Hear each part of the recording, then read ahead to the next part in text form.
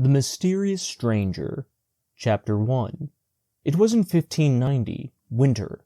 Austria was far away from the world and asleep. It was still in the Middle Ages in Austria, and promised to remain so forever. Some even set it away back centuries upon centuries, and said that by the mental and spiritual clock it was still the age of belief in Austria. But they meant it as a compliment, not a slur, and it was so taken, and we were all proud of it. I remember it well, although I was only a boy, and I remember too the pleasure it gave me. Yes, Austria was far from the world, and asleep, and our village was in the middle of that sleep, being in the middle of Austria. It drowsed in peace and in deep privacy of a hilly and woodsy solitude where news from the world hardly ever came to disturb its dreams, and was infinitely content. At its front flowed the tranquil river, its surface painted with cloud forms and the reflections of drifting arcs and stone boats. Behind it rose the woody steps to the base of the lofty precipice. From the top of the precipice frowned a vast castle, its long stretch of towers and bastions mailed in vines. Beyond the river, a league to the left, was tumbled expanse of forest-clothed hills, cloven by winding gorges where the sun never penetrated, and to the right a precipice overlooked the river, and between it and the hills, just spoken lay a far-reaching plain dotted with little homesteads, nestled among orchards and shade trees. The whole region for leagues around was the hereditary property of a prince, whose servants kept the castle always in perfect condition for occupancy, but neither he nor his family came there oftener than once in 5 years. When they came, it was as if the Lord of the world had arrived, and had brought all the glories of its kingdoms along, and when they left, a calm behind which was like the deep sleep which follows an orgy. Eiseldorf was a paradise for us boys. We were not overmuch pestered with schooling. Mainly we were trained to be good Christians, to revere the Virgin, the Church, and the saints above everything. Beyond these matters we were not required to know much, and in fact not allowed to. Knowledge was not good for the common people, and could make them discontented with the lot which God had appointed for them, and God would not endure discontentment with his plans. We had 2 priests. One of them, Father Adolf, was a very zealous and strenuous priest, much considered. There may have been better priests in some ways than Father Adolf, but there was never one in our commune who was held in more solemn and awful respect. This was because he had absolutely no fear of the devil. He was the only Christian that I have ever known of whom that could be truly said. People stood in deep dread of him on that account, for they thought that there must be something supernatural about him, else he would not have been so bold and so confident. All men speak in bitter disapproval of the devil, but they do it reverently, not flippantly. But Father Adolf's way was very different. He called him by every name he could lay his tongue to, and it made everyone shudder that heard him, and often he would speak of him scornfully and scoffingly. Then the people crossed themselves and went quickly out of his presence, fearing that something fearful might happen. Father Adolf had actually met Satan face to face more than once and defied him. This was known to be so. Father Adolf said it himself.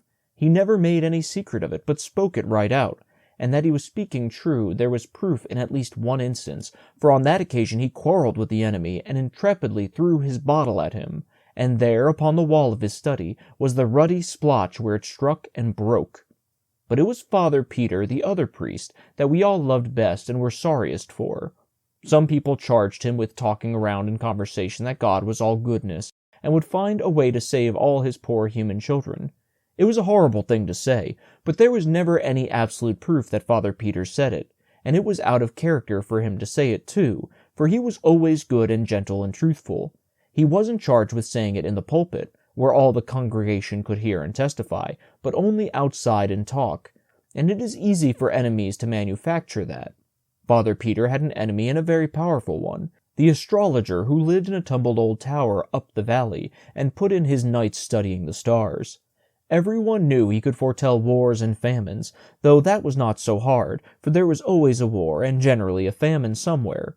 But he could also read any man's life through the stars in a big book he had, and find lost property, and everyone in the village except Father Peter stood in awe of him. Even Father Adolf, who had defied the devil, had a wholesome respect for the astrologer when he came through our village wearing his tall pointed hat and his long flowing robe with stars on it, carrying his big book and a staff which was known to have magic powers.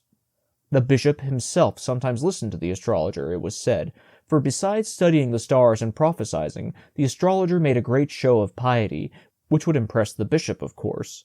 But Father Peter took no stock in the astrologer. He denounced him openly as a charlatan, a fraud with no valuable knowledge of any kind, or powers beyond those of ordinary and rather inferior human being, which naturally made the astrologer hate Father Peter and wish to ruin him. It was the astrologer, as we all believed, who originated the story about Father Peter's shocking remark and carried it to the bishop. It was said that Father Peter had made the remark to his niece, Margaret, though Margaret denied it and implored the bishop to believe her and spare her old uncle from poverty and disgrace. But the bishop wouldn't listen. He suspended Father Peter indefinitely, though he wouldn't go so far as to excommunicate him on the evidence of only one witness. And now Father Peter had been out a couple of years, and our priest, Father Adolf, had his flock. Those had certainly been hard years for the old priest and Margaret. They had been favorites, but of course that changed when they came under the shadow of the bishop's frown. Many of their friends fell away entirely, and the rest became cool and distant. Margaret was a lovely girl of 18 when the trouble came, and she had the best head in the village, and the most in it. She taught the harp, and earned all her clothes and pocket money by her own industry. But her scholars fell off one by one now. She was forgotten when there were dances and parties among the youth of the village. The young fellows stopped coming to the house, all except Wilhelm Medling, and he could have been spared. She and her uncle were sad and forlorn in their neglect and disgrace, and the sunshine was gone out of their lives. Matters went worse and worse, all through the 2 years. Clothes were wearing out. Bread was harder and harder to get, and now, at last, the very end was come. Solomon Isaacs had lent all the money he was willing to put on the house, and gave notice that tomorrow he would foreclose. Chapter 2.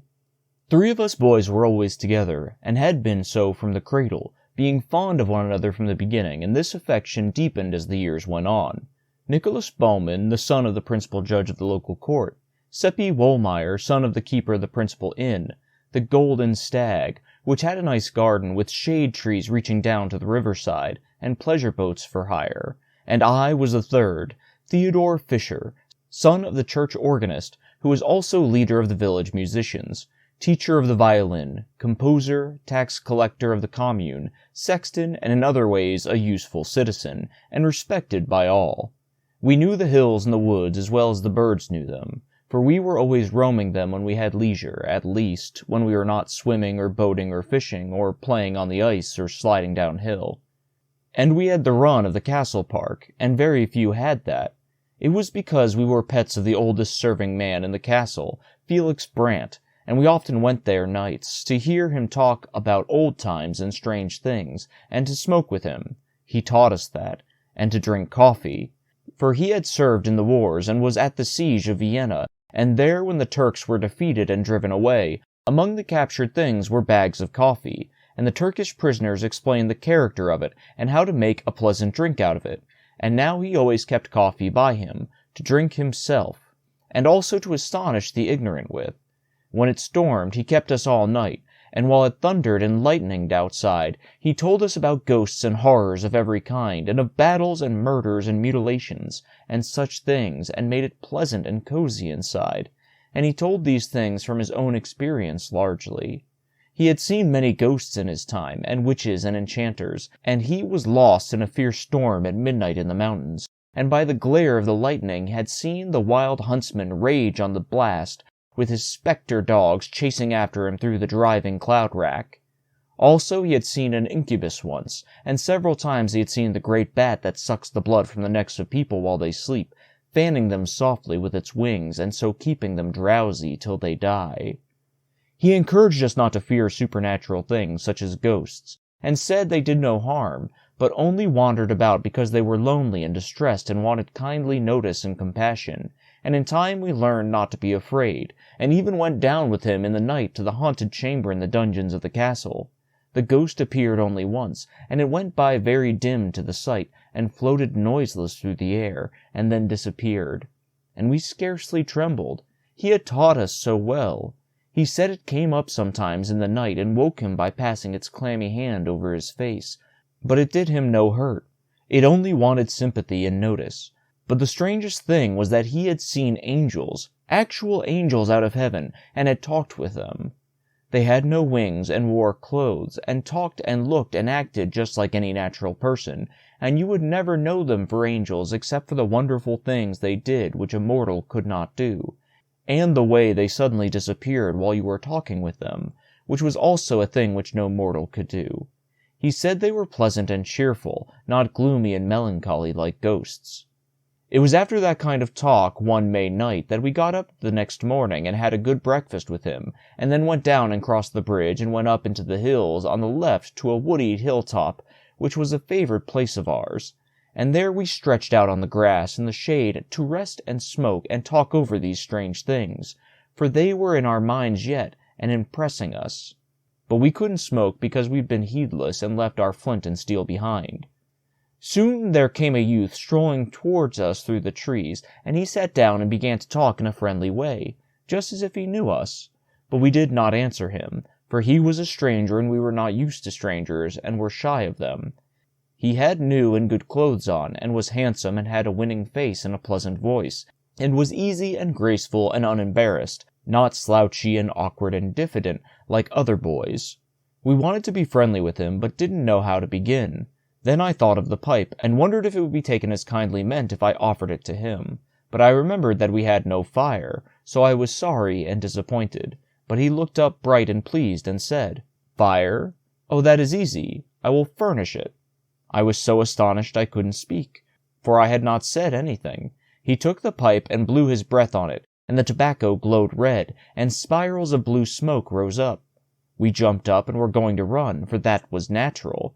And we did run a few steps, although he was yearningly pleading for us to stay, and giving us his word that he would not do us any harm, but only wanted to be friends with us and have company.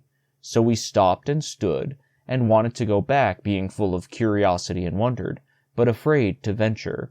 He went on coaxing in his soft, persuasive way, and when we saw that the pipe did not blow up or nothing happened, our confidence returned by little, and presently our curiosity got to be stronger than our fear, and we ventured back, but slowly, and ready to fly at any alarm. He was bent on putting us at ease, and he had the right art. One could not remain doubtful and timorous when a person was so earnest and simple and gentle, and talked so alluringly as he did. No, he won us over, and it was not long before we were content and comfortable and chatty, and glad we had found this new friend. When the feeling of constraint was all gone, we asked him how he had learned to do that strange thing, and he said he hadn't learned it at all. It came natural to him, like other things, other curious things. What ones? Oh, a number. I don't know how many. Will you let us see you do them? Do please, the others said. You won't run away again? No, indeed we won't. Please do, won't you? Yes, with pleasure, but you mustn't forget your promise, you know. We said we wouldn't, and he went to a puddle and came back with a water in a cup, which he had made out of a leaf, and blew upon it and threw it out, and it was a lump of ice the shape of the cup. We were astonished and charmed, but not afraid any more. We were very glad to be there, and asked him to go on and do some more things, and he did. He said he would give us any kind of fruit we liked, whether it was in season or not. We all spoke at once. Orange, apple, grapes. They are in your pockets, he said, and it was true. And they were of the best, too, and we ate them and wished we had more, though none of us said so. You will find them where those came from, he said, and everything else your appetites call for, and you need not name the thing you wish. As long as I am with you, you have only to wish and find. And he said true. There was never anything so wonderful and so interesting. Bread, cakes, sweets, nuts, whatever one wanted, it was there. He ate nothing himself, but sat and chatted, and did one curious thing after another to amuse us.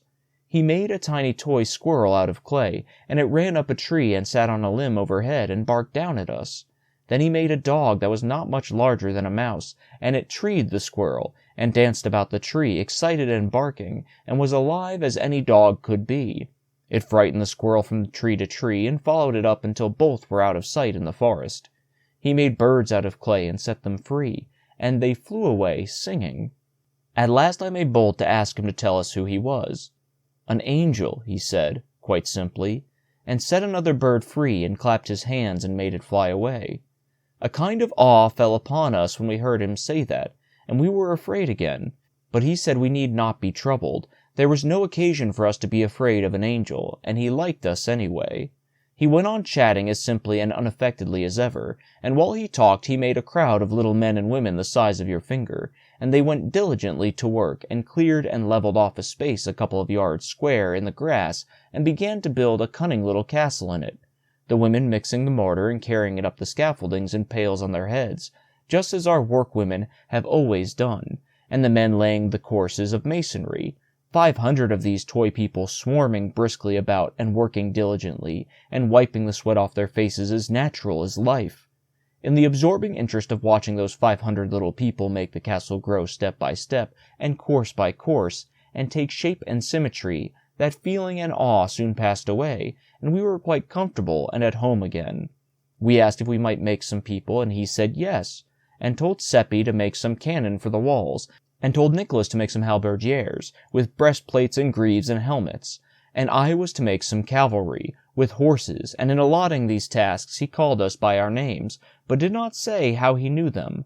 Then Seppi asked him what his own name was, and he said, tranquilly, Satan, and held out a chip and caught a little woman on it who was falling from the scaffolding, and put her back where she belonged, and said, "She is an idiot to step backward like that and not notice what she is about." It caught us suddenly, that name did, and our work dropped from our hands and broke to pieces, a cannon, a halberdier, and a horse. Satan laughed and asked what was the matter. I said, nothing. It only seemed a strange name for an angel. He asked why. Because it's his name, you know? Yes, he is my uncle. He said it placidly, but it took our breath for a moment and made our hearts beat.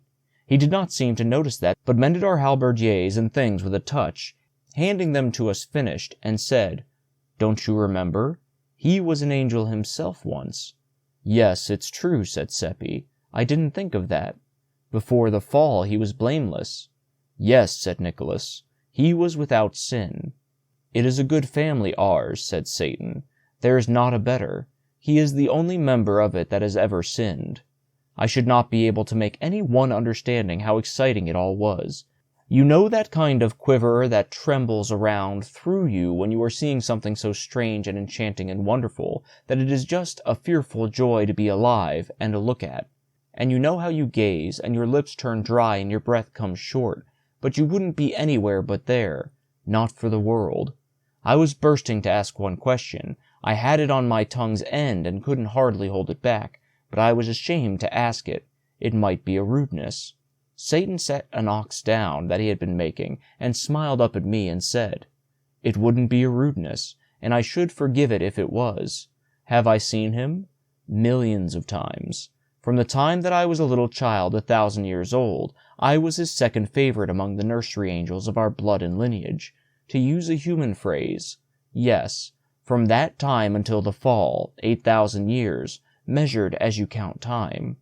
8,000! Yes. He turned to Seppi and went on, as if answering something that was in Seppi's mind. "Why, naturally I look like a boy, for that is what I am. With us what you call time is a spacious thing. It takes a long stretch of it to grow an angel to full age.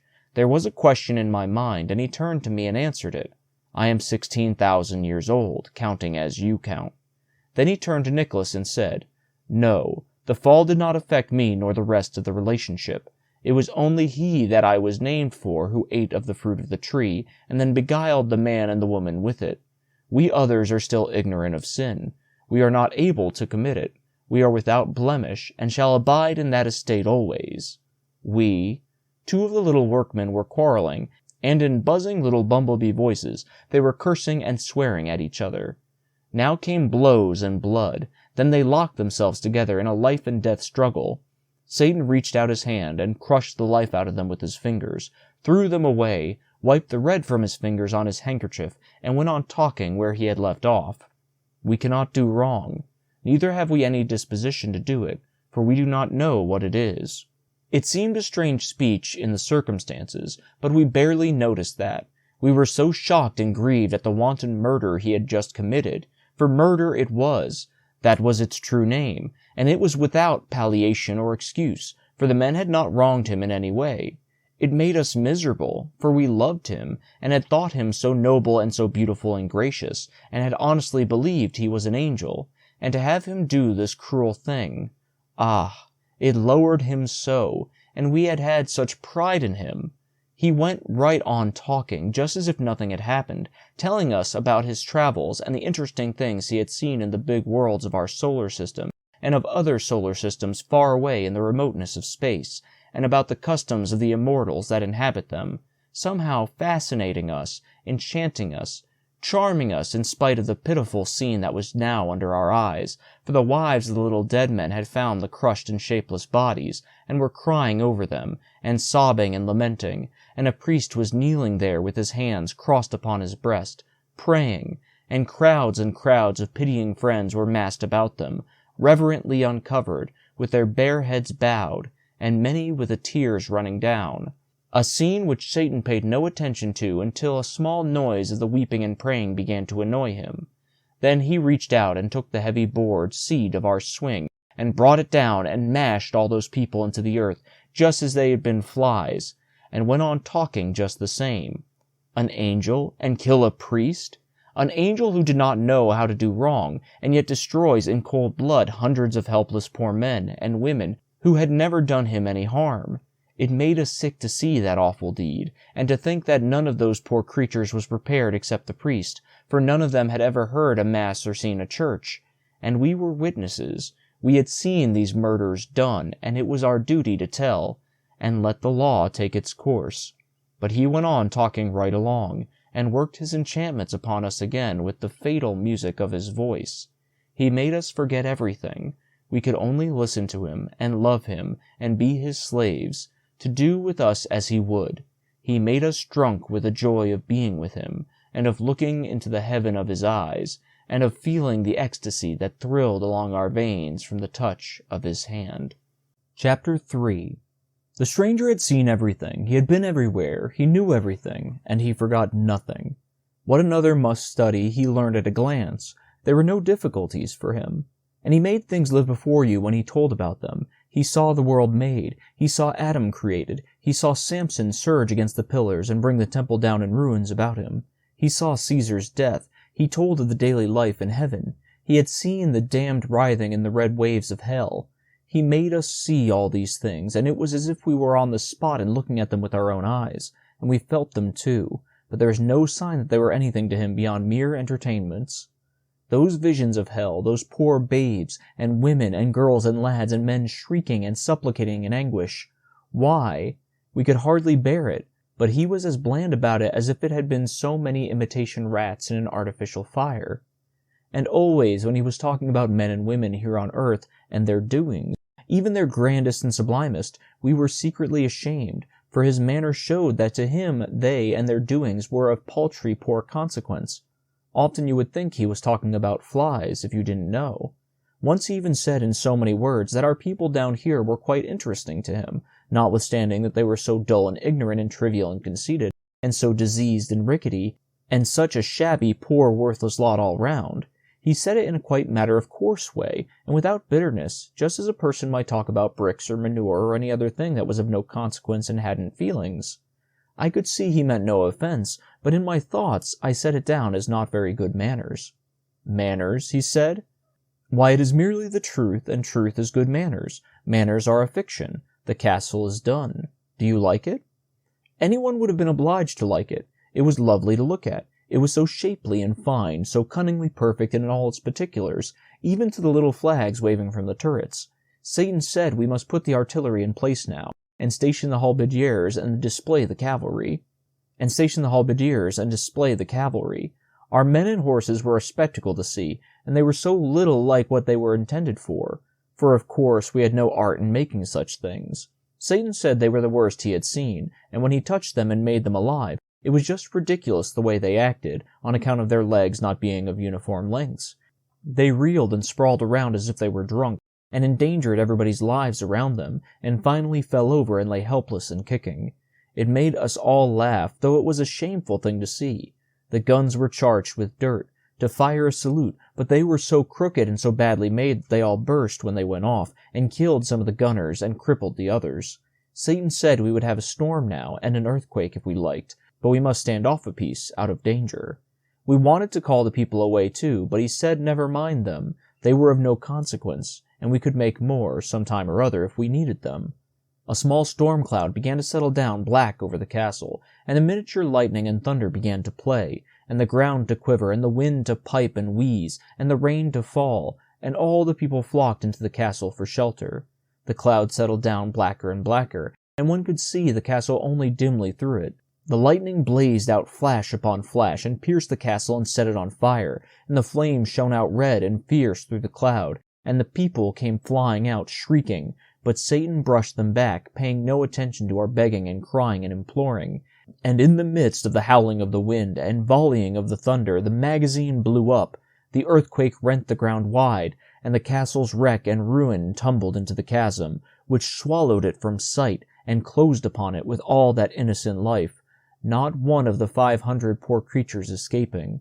Our hearts were broken. We could not keep from crying. "Don't cry," Satan said. "They were of no value." "But they are gone to hell." "Oh, it is no matter. We can make plenty more." It was of no use to try to move him. Evidently he was wholly without feelings, and could not understand. He was full of bubbling spirits, and as gay as if this were a wedding instead of a fiendish massacre. And he was bent on making us feel as he did, and of course his magic accomplished his desire. It was no trouble to him. He did whatever he pleased with us. In a little while we were dancing on that grave, and he was playing to us on a strange, sweet instrument which he took out of his pocket, and the music, but there is no music like that, unless perhaps in heaven, and that was where he brought it from, he said. But there is no music like that, unless perhaps in heaven, and that was where he brought it from, he said. It made one mad for pleasure, and we could not take our eyes from him, and the looks that went out of our eyes came from our hearts, and their dumb speech was worship. He brought the dance from heaven too, and the bliss of paradise was in it. Presently he said he must go away on an errand, but we could not bear the thought of it, and clung to him, and pleaded with him to stay, and that pleased him, and he said so, and said he would not go yet, but would wait a little while, and we would sit down and talk a few minutes longer. And he told us Satan was only his real name, and he was to be known by it to us alone, but he had chosen another one to be called by in the presence of others, just a common one, such as people have, Philip Traum. It sounded so odd and mean for such a being, but it was his decision, and we said nothing. His decision was sufficient. We had seen wonders this day, and my thoughts began to run on the pleasure it would be to tell them when I got home, but he noticed those thoughts and said, "No, all these matters are a secret among us four. I do not mind your trying to tell them if you like, but I will protect your tongues, and nothing of the secret will escape from them." It was a disappointment, but it couldn't be helped, and it cost us a sigh or two. We talked pleasantly along, and he was always reading our thoughts and responding to them, and it seemed to me that this was the most wonderful of all the things he did, but he interrupted my musings and said, "No, it would be wonderful for you, but it is not wonderful for me. I am not limited like you. I am not subject to human conditions. I can measure and understand your human weaknesses, for I have studied them, but I have none of them. My flesh is not real, although it would seem firm to your touch. My clothes are not real. I am a spirit. Father Peter is coming." We looked around, but did not see anyone. He is not in sight yet, but you will see him presently. "Do you know him, Satan?" "No." "Won't you talk with him when he comes?" "He is not ignorant and dull like us, and he would so like to talk with you, will you?" "Another time, yes, but not now. I must go on my errand after a little. There he is now. You can see him. Sit still, and don't say anything." We looked up and saw Father Peter approaching through the chestnuts. We three were sitting together in the grass, and Satan sat in front of us in the path. Father Peter came along with his head down, thinking, and stopped within a couple of yards of us, and took off his hat and got out his silk handkerchief, and stood there mopping his face and looking as if he were going to speak to us, but he didn't. Presently he murmured, "I can't think of what brought me here. It seems as if I was in my study a minute ago, but I suppose I have been dreaming along for an hour, and have come all this stretch without noticing, for I am not myself in these troubled days." Then he went mumbling along to himself, and walked straight through Satan, just as if nothing were there. It made us catch our breath to see it, We had the impulse to cry out, the way you nearly always do when a startling thing happens, but something mysteriously restrained us, and we remained quiet, only breathing fast. Then the trees hid Father Peter after a little, and Satan said, "It is as I told you. I am only a spirit." "Yes, one perceives it now," said Nicholas, "but we are not spirits. It is plain he did not see you, but were we invisible too? He looked at us, but he didn't seem to see us." "No, none of us was visible to him, for I wished it so." It seemed almost too good to be true, that we were actually seeing these romantic and wonderful things, and that it was not a dream. And there he sat, looking at us just like anybody, so natural and simple and charming, and chatting along again the same as ever, and, well, words cannot make you understand what we felt. It was an ecstasy, and an ecstasy is a thing that will not go into words. It feels like music, and one cannot tell about music so that another person can get the feeling of it. He was back in the old ages once more now, and making them live before us. He had seen so much, so much. It was just a wonder to look at him and try to think how it must seem to have such experience behind one. But it made you seem sorrowfully trivial, and the creature of a day, and such a short and paltry day too. And he didn't say anything to raise up your drooping pride. No, not a word. He always spoke of men in the same old indifferent way, just as one speaks of bricks and manure piles and such things. You see, just as one speaks of bricks and manure piles and such things. You could see that they were no consequence to him, one way or the other.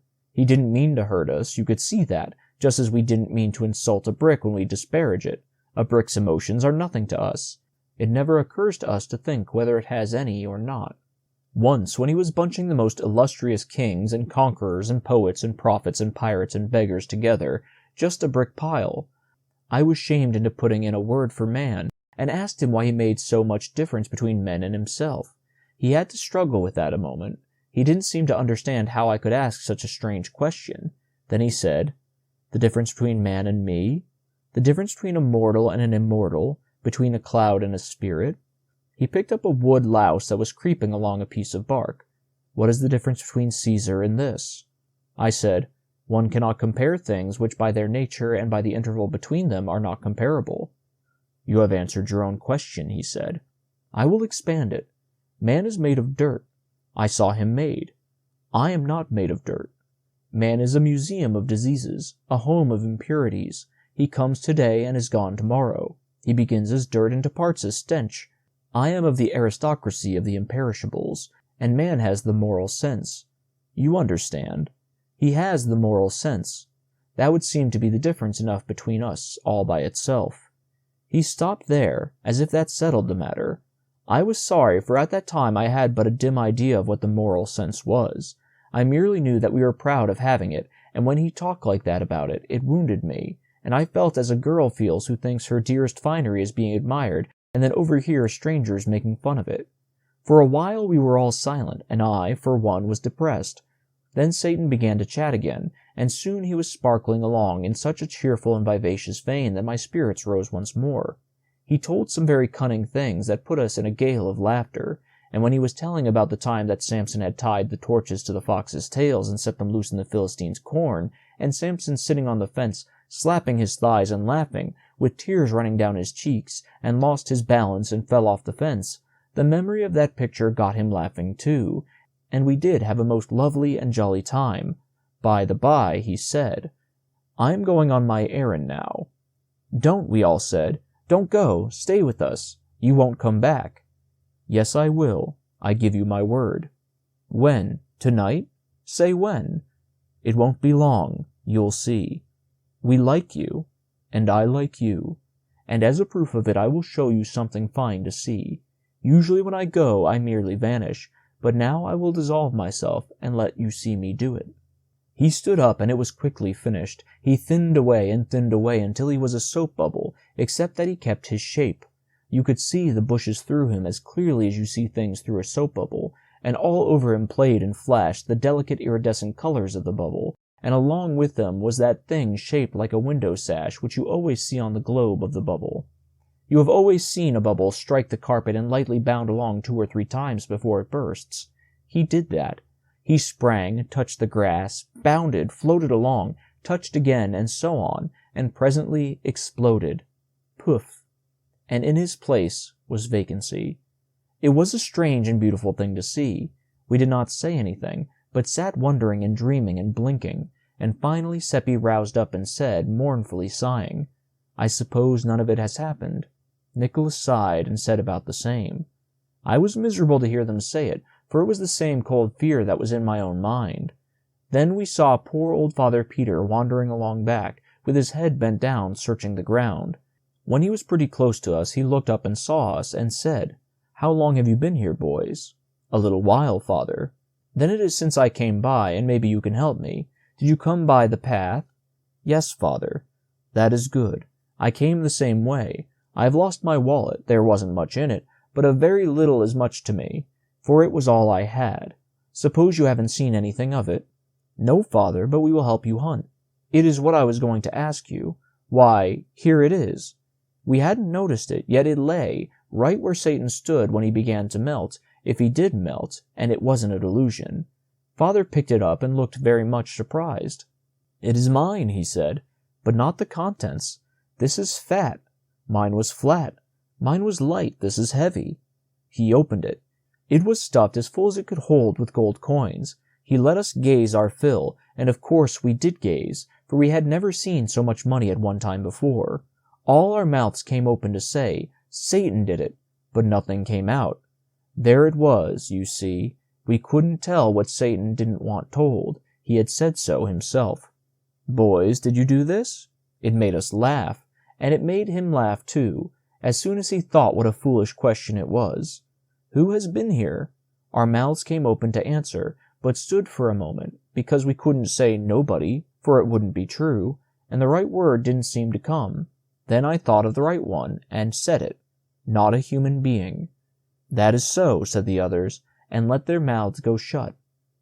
"It is not so," said Father Peter, and looked at us very severely. "I came here a while ago, and there was no one here, but that is nothing. Someone has been here since. I don't mean to say that the person didn't pass here before you came, and I don't mean to say you saw him, but someone did pass, that I know. On your honor, you saw no one." "Not a human being." "That is sufficient. I know you are telling me the truth." He began to count the money on the path, we on our knees eagerly helping to stack it in little piles. "It's 1,100 ducats odd," he said. "Oh dear, if it were only mine, and I need it so," and his voice broke and his lips quivered. "It is yours, sir," we all cried out at once. "Every heller." "No, it isn't mine. Only 4 ducats are mine. The rest—" He fell to dreaming. Poor old soul, and caressing some of the coins in his hands, and forgot where he was, sitting there on his heels with his old gray head bare. It was pitiful to see. "No," he said, waking up, "it isn't mine. I can't account for it. I think some enemy. It must be a trap." Nicholas said, "Father Peter, with the exception of the astrologer, you haven't a real enemy in the village, nor Margaret either. And not even a half-enemy that's rich enough to chance 1,100 ducats to do you a mean turn. I'll ask you if that's so or not." He couldn't get around that argument, and it cheered him up. "But it isn't mine, you see. It isn't mine in any case." He said it in a wistful way, like a person that wouldn't be sorry, but glad if anybody would contradict him. "It is yours, Father Peter. We are witness to it. Aren't we, boys?" "Yes, we are, and we'll stand by it, too." "Bless your hearts, you do almost persuade me, you do indeed. If I had only 100-odd ducats of it. The house is mortgaged for it, and we've no home for our heads if we don't pay tomorrow, and that 4 ducats is all we've got in the—" "It's yours, every bit of it, and you've got to take it. We are bail, that's it all right. Aren't we, Theodore? Aren't we, Seppi?" We too said yes, and Nicholas stuffed the money back into the shabby old wallet and made the owner take it. So he said he would use 200 of it, for his house was good enough security for that, and would put the rest at interest till the rightful owner came for it, and on our side we must sign a paper showing how he got the money, a paper to show to the villagers as proof that he had not got out of his troubles dishonestly. Chapter 4. It made immense talk the next day, when Father Peter paid Solomon Isaacs in gold and left the rest of the money with him at interest. Also there was a pleasant change. Many people called at the house to congratulate him, and a number of cool old friends became kind and friendly again, and, to top all, Margaret was invited to a party. And there was no mystery. Father Peter told the whole circumstance just as it happened, and said he could not account for it, only it was the plain hand of Providence, so far as he could see. One or two shook their heads and said privately it looked more like the hand of Satan, and really that seemed a surprisingly good guess for ignorant people. Like that. Some came slyly buzzing around and tried to coax us boys to come out and tell the truth, and promised they wouldn't ever tell, but only wanted to know for their own satisfaction, because the whole thing was so curious. They even wanted to buy the answer, but we couldn't. We hadn't the ingenuity, so we had to let the chance go by, and it was a pity. We carried that secret around us without any trouble, but the other one, the big one, the splendid one, burned the very vitals of us. It was so hot to get out, and we were so hot to let it out and astonish people with it, but we had to keep it in. In fact, it kept itself in. Satan said it would, and it did. We went off every day and got to ourselves in the woods so that we could talk about Satan, and really that was the only subject we thought of or cared anything about. And day and night we watched for him and hoped he would come, and we got more and more impatient all the time. We hadn't any interest in the other boys anymore, and wouldn't take part in their games and enterprises. They seemed so tame after Satan, and their doings so trifling and commonplace after his adventures in antiquity and the constellations, and his miracles and meltings and explosions, and all that. During the first day we were in a state of anxiety on account of one thing, and we kept going to Father Peter's house on one pretext or another to keep track of it. That was the gold coin. We were afraid it would crumble and turn to dust like fairy money. If it did, but it didn't. At the end of the day, no complaint had been made about it, so after that we were satisfied that it was real gold, and dropped the anxiety out of our minds. There was a question which we wanted to ask Father Peter, and finally we went there the second evening, a little diffidently, after drawing straws, and I asked it as casually as I could, though it did not sound as casual as I wanted, because I didn't know how. "What is the moral sense, sir?" He looked down, surprised, over his great spectacles, and said, "Why, it is the faculty which enables us to distinguish good from evil." It threw some light, but not a glare, and I was a little disappointed, also to some degree embarrassed. He was waiting for me to go on, so, in default of everything else to say, I asked, "Is it valuable?" "Valuable? Heavens, lad, it is the one thing that lifts man above the beasts that perish and makes him heir to immortality."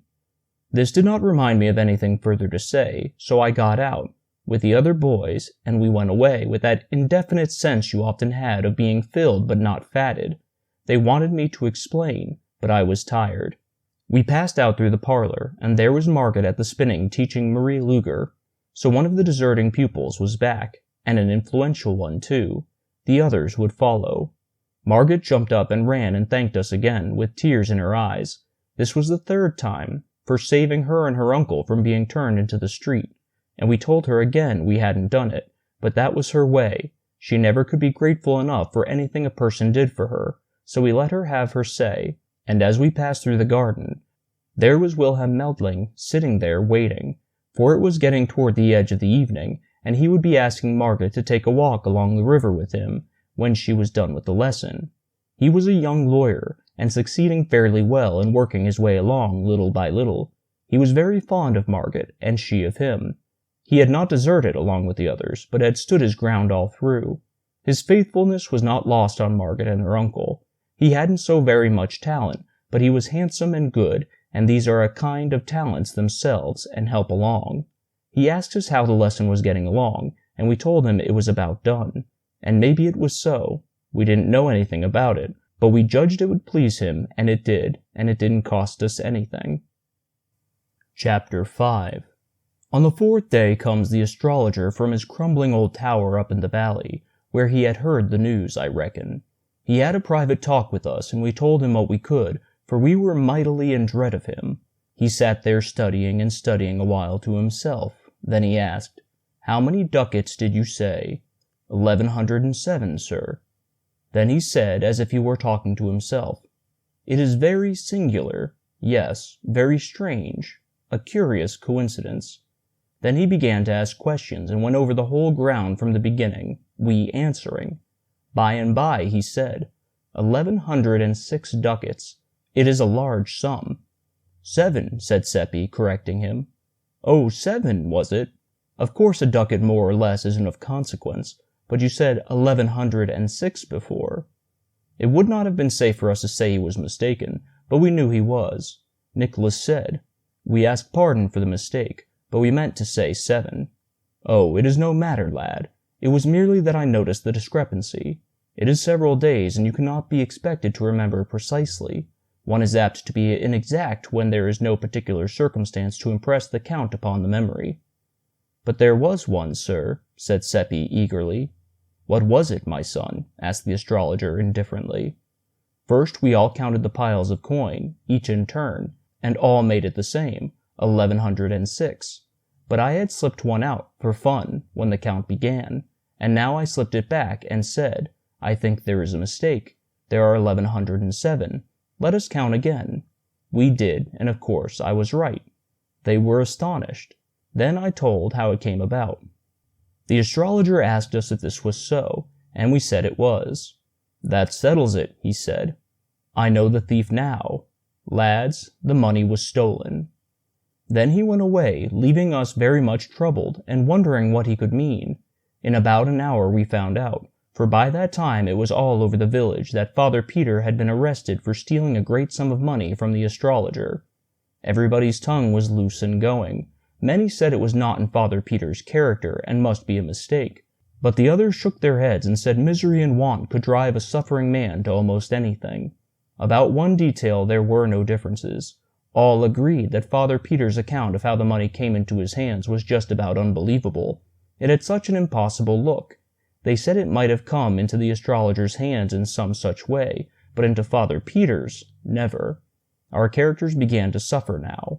We were Father Peter's only witnesses. How much did he probably pay us to back up his fantastic tale? People talked that kind of talk to us pretty freely and frankly, and were full of scoffings when we begged them to believe really we had told only the truth. Our parents were harder on us than anyone else.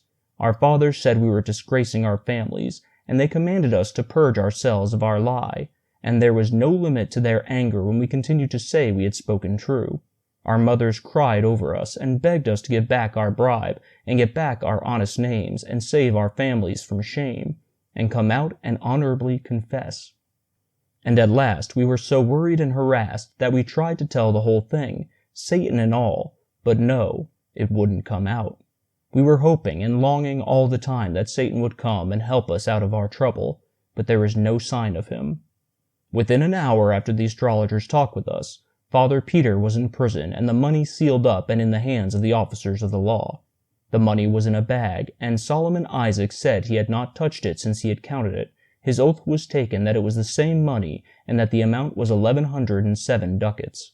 Father Peter claimed trial by the ecclesiastical court, but our other priest, Father Adolf, said an ecclesiastical court hadn't jurisdiction over a suspended priest.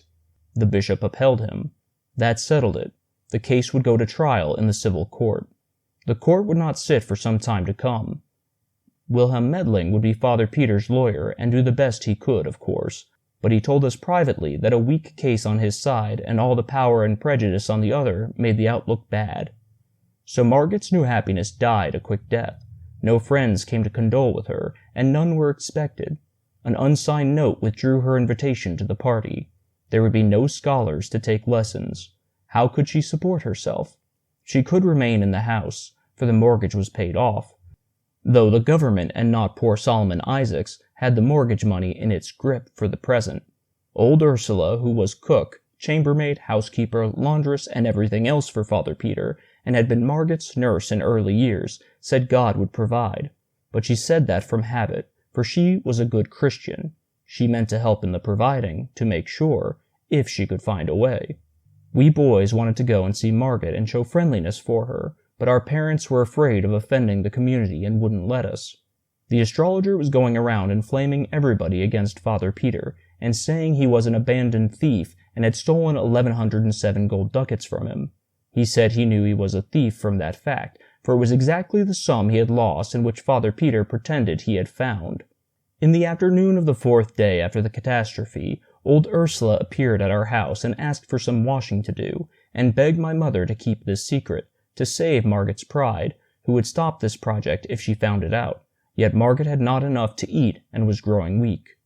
Ursula was growing weak herself, and showed it, and she ate of the food that was offered her like a starving person, but could not be persuaded to carry any home, for Margaret would not eat charity food. She took some clothes down to the stream to wash them, but we saw from the window that handling the bat was too much for her strength, so she was called back, and a trifle of money offered her, which she was afraid to take lest Margaret should suspect. Then she took it, saying she would explain that she found it in the road. To keep it from being a lie and damning her soul, she got me to drop it while she watched. Then she went along by there and found it, and exclaimed with surprise and joy, and picked it up and went her way. Like the rest of the village, she could tell everyday lies fast enough and without taking any precautions against fire and brimstone on their account. But this was a new kind of lie, and it had a dangerous look because she hadn't any practice in it. After a week's practice, it wouldn't have given her any trouble. It is the way we are made. I was in trouble, for how would Margaret live? Ursula could not find a coin in the road every day, perhaps not even a second one, and I was ashamed too, for not having been near Margaret, and she so in need of friends. But that was my parents' fault, not mine, and I couldn't help it. I was walking along the path, feeling very downhearted, when a most cheery and tingling freshening up sensation went rippling through me, and I was too glad for any words, for I knew by that sign that Satan was by. I had noticed it before. Next moment he was alongside of me, and I was telling him all my trouble and what had been happening to Margaret and her uncle. While we were talking, we turned a curve and saw old Ursula resting in the shade of a tree, and she had a lean stray kitten in her lap and was petting it. I asked her where she got it, and she said it came out of the woods and followed her, and she said it probably hadn't any mother or any friends, and she was going to take it home and take care of it. Satan said, "I understand you are very poor. Why do you want to add another mouth to feed? Why don't you give it to some rich person?" Ursula bridled at this and said, "Perhaps you would like to have it. You must be rich, with your fine clothes and quality airs." Then she sniffed and said, "Give it to the rich. The idea! The rich don't care for anybody but themselves. It's only the poor that have feeling for the poor and help them. The poor and God. God will provide for this kitten." "What makes you think so?" Ursula's eyes snapped with anger. "Because I know it," she said. "Not a sparrow falls to the ground without his seeing it." "But it falls just the same. What good is seeing it fall?" Old Ursula's jaws worked, but she could not get any word out for the moment. She was so horrified. When she got her tongue, she stormed out, "Go about your business, you puppy, or I will take a stick to you." I could not speak, I was so scared. I knew that with his notions about the human race, Satan would consider it a matter of no consequence to strike her dead, there being plenty more. But my tongue stood still. I could give her no warning. But nothing happened. Satan remained tranquil and indifferent. I suppose he could not be insulted by Ursula any more than the king could be insulted by a tumblebug. The old woman jumped to her feet when she made her remark, and did it as briskly as a young girl. It had been many years since she had done the like of that. That was Satan's influence. He was a fresh breeze to the weak and the sick, wherever he came. His presence affected even the lean kitten, and it skipped to the ground and began to chase a leaf. This surprised Ursula, and she stood looking at the creature and nodding her head wonderingly, her anger quite forgotten. "What's come over it?" she said. "A while ago it could hardly walk." "You have not seen a kitten of that breed before," said Satan. Ursula was not proposing to be friendly with the mocking stranger, and she gave him an ungentle look and retorted, "Who asked you to come here and pester me? I'd like to know. And what do you know about what I've seen and what I haven't seen?" "You haven't seen a kitten with the hair spines on its tongue pointing to the front, have you?" "No, nor you either." "Well, examine this one and see." Ursula was become pretty spry, but the kitten was sprier, and she could not catch it, and had to give it up. Then Satan said, "Give it a name, and maybe it'll come." Ursula tried several names, but the kitten was not interested. "Call it Agnes. Try that." The creature answered to the name and came. Ursula examined its tongue. "Upon my word, it's true," she said.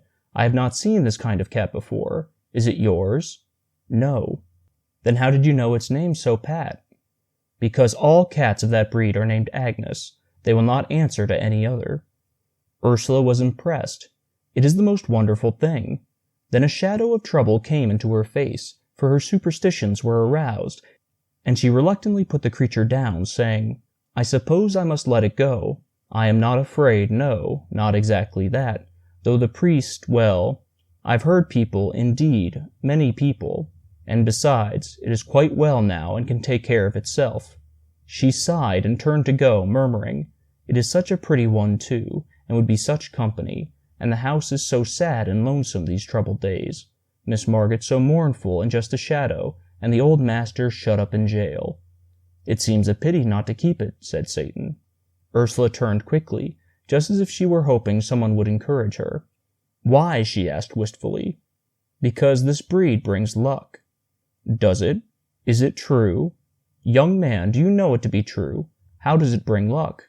"Well, it brings money, anyway." Ursula looked disappointed. "Money? A cat bring money? The idea! You could never sell it here. People do not buy cats here. One can't even give them away." She turned to go. "I don't mean sell it. I mean have an income from it. This kind is called the lucky cat. Its owner finds 4 silver groschen in his pocket every morning." I saw the indignation rising in the old woman's face. She was insulted. This boy was making fun of her. That was her thought. She thrust her hands into her pockets and straightened up to give him a piece of her mind. Her temper was all up and hot. Her mouth came open and let out 3 words of a bitter sentence. Then it fell silent, and the anger in her face turned to surprise or wonder or fear or something, and she slowly brought out her hands from her pockets and opened them and held them so. In one was my piece of money, in the other lay 4 silver groschen. She gazed a little while, perhaps to see if the groschen would vanish away. Then she said fervently, "It's true, it's true, and I am ashamed and beg forgiveness, O dear master and benefactor." And she ran to Satan and kissed his hand, over and over again, according to the Austrian custom. In her heart she probably believed it was a witch cat and an agent of the devil, but no matter, it was all the more certain to be able to keep its contract and furnish a daily good living for the family, for in matters of finance even the piousest of our peasants would have more confidence in an arrangement with the devil than with an archangel. Ursula started homeward with Agnes in her arms, and I said I wished I had her privilege of seeing Margaret. Then I caught my breath, for we were there in the parlor, and Margaret standing looking at us, astonished. She was feeble and pale, but I knew that those conditions would not last in Satan's atmosphere, and it turned out so. I introduced Satan, that is, Philip Traum, and we sat down and talked. There was no constraint. We were simple folk in our village, and when a stranger was a pleasant person we were soon friends. Margaret wondered how we got in without her hearing us. Traum said the door was open, and we walked in and waited until she should turn around and greet us. This was not true. No door was open. We entered through the walls or the roof or down the chimney or somehow, but no matter. What Satan wished a person to believe, the person was sure to believe. And so Margaret was quite satisfied with that explanation. Then the main part of her mind was on Traum anyway. She couldn't keep her eyes off him. He was so beautiful.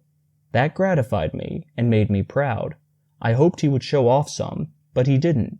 He seemed only interested in being friendly and telling lies. He said he was an orphan. That made Margaret pity him. The water came into her eyes. He said he had never known his mamma. She passed away while he was a young thing, and said his papa was in shattered health, and had no property to speak of. In fact, none of any earthly value. But he had an uncle in business down in the tropics, and he was very well off and had a monopoly, and it was from this uncle that he drew his support.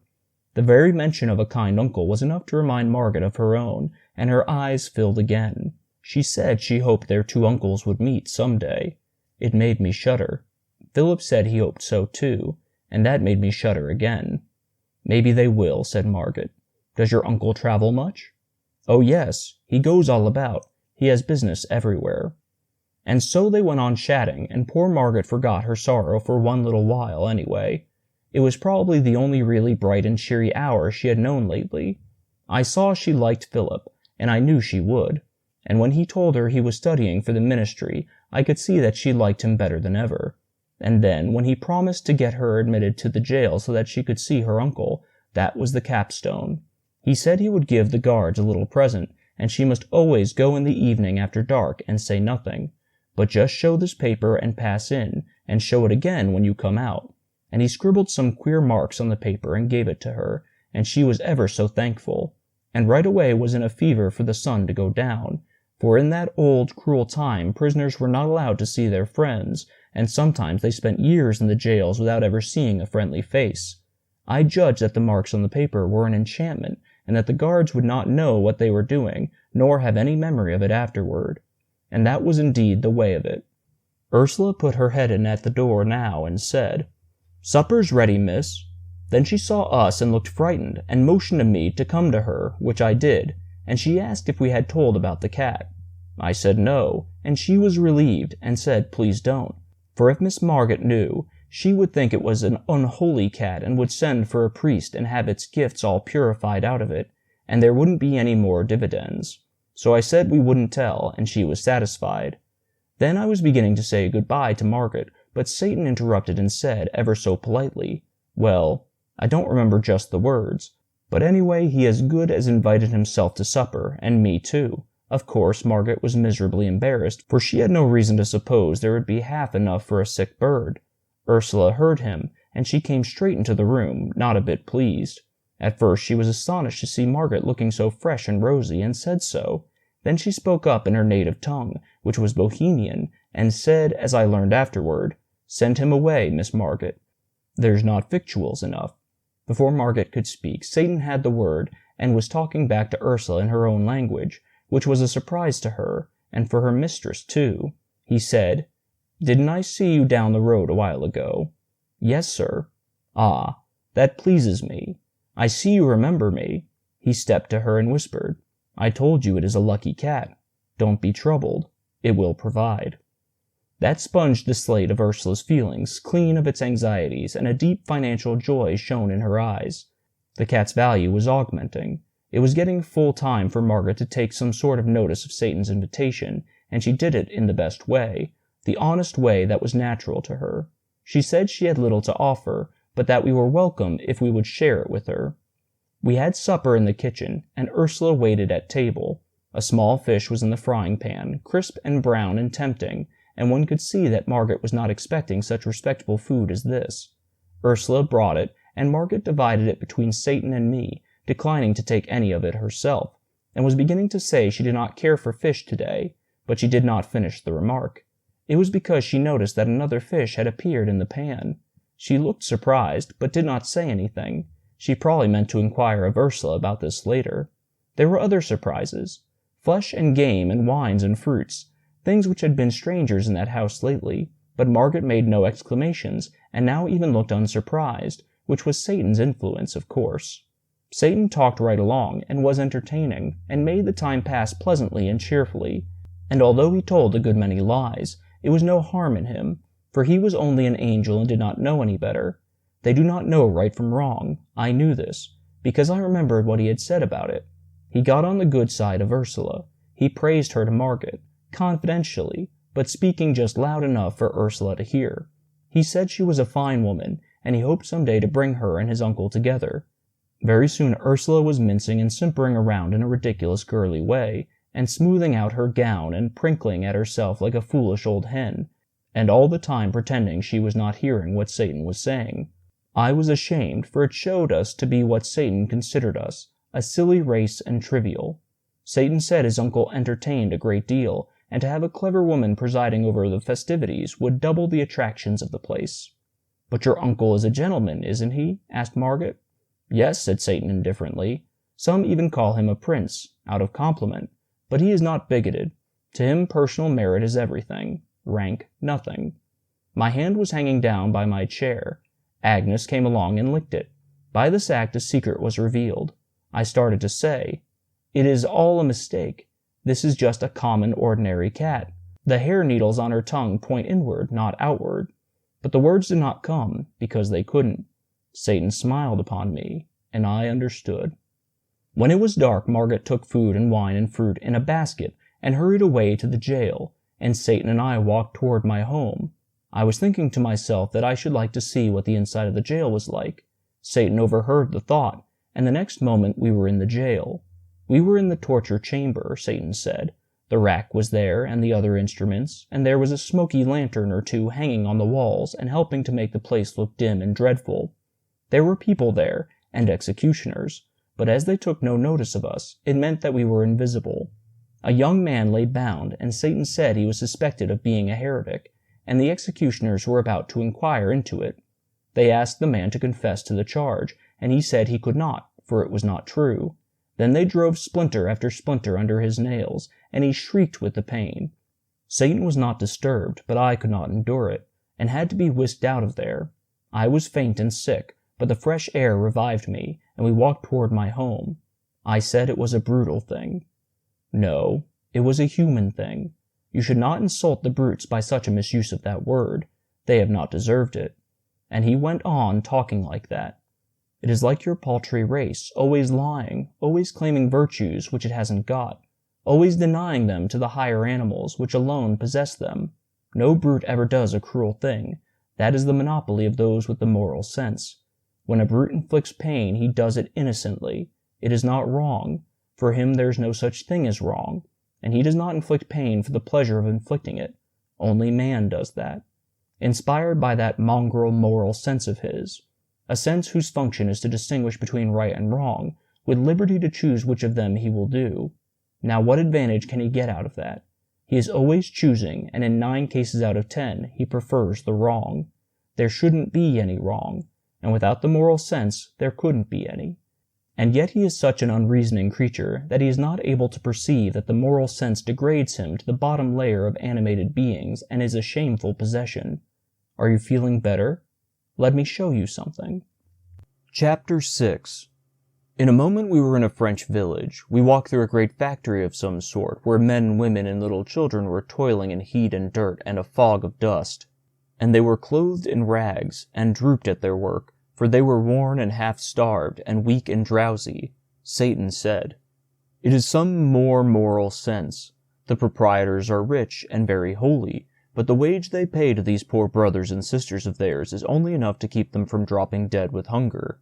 The work hours are 14 per day, winter and summer, from 6 in the morning till 8 at night, little children and all, and they walk to and from the pigsties which they inhabit, 4 miles each way, through mud and slush, rain, snow, sleet, and storm daily, year in and year out. They get 4 hours of sleep. They kennel together, 3 families in a room, in unimaginable filth and stench, and disease comes, and they die off like flies. Have they committed a crime, these mangy things? No. What have they done that they are punished so? Nothing at all, except getting themselves born into your foolish race. You have seen how they treat a misdoer there in the jail. Now you see how they treat the innocent and the worthy. Is your race logical? Are these ill-smelling innocents better off than that heretic? Indeed, no. His punishment is trivial compared with theirs.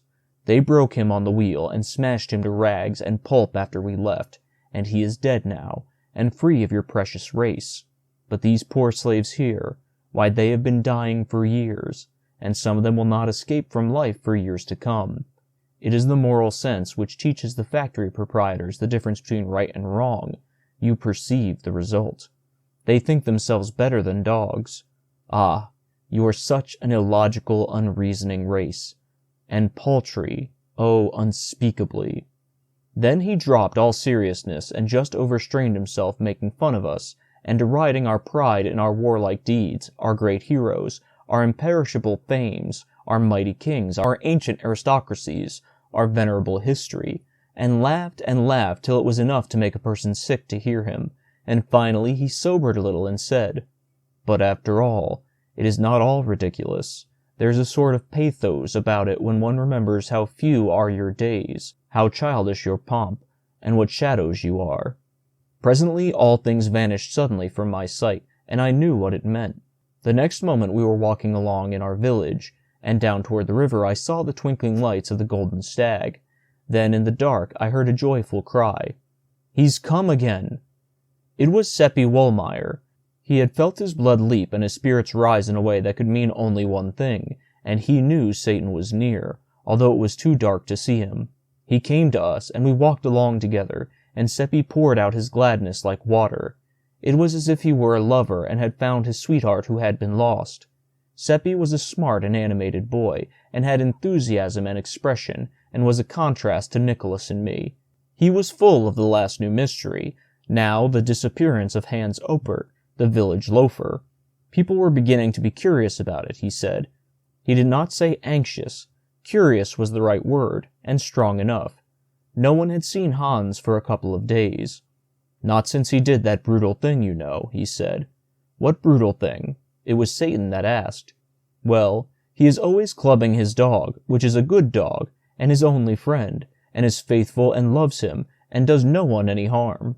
And 2 days ago he was at it again, just for nothing, just for pleasure, and the dog was howling and begging, and Theodore and I begged too, but he threatened us and struck the dog again with all his might, and knocked one of his eyes out, and he said to us, "There, I hope you are satisfied now. That's what you have got for him by your damn meddling." And he laughed, the heartless brute. Seppi's voice trembled with pity and anger. I guessed what Satan would say, and he said it. There is that misused word again, that shabby slander. Brutes do not act like that, but only men. Well, it was inhuman anyway. No, it wasn't, Seppi. It was human, quite distinctly human. It is not pleasant to hear you libel the higher animals by attributing to them dispositions which they are free from, and which are found nowhere but in the human heart. None of the higher animals is tainted with the disease called the moral sense. Purify your language, Seppi. Drop those lying phrases out of it. He spoke pretty sternly for him, and I was sorry I hadn't warned Seppi to be more particular about the word he used. I knew how he was feeling. He would not want to offend Satan. He would rather offend all his kin.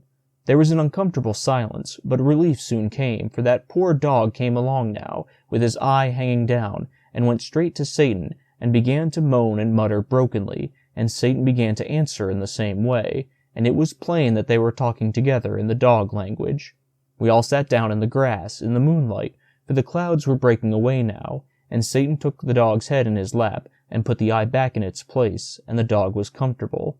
And he wagged his tail and licked Satan's hand, and looked thankful and said the same.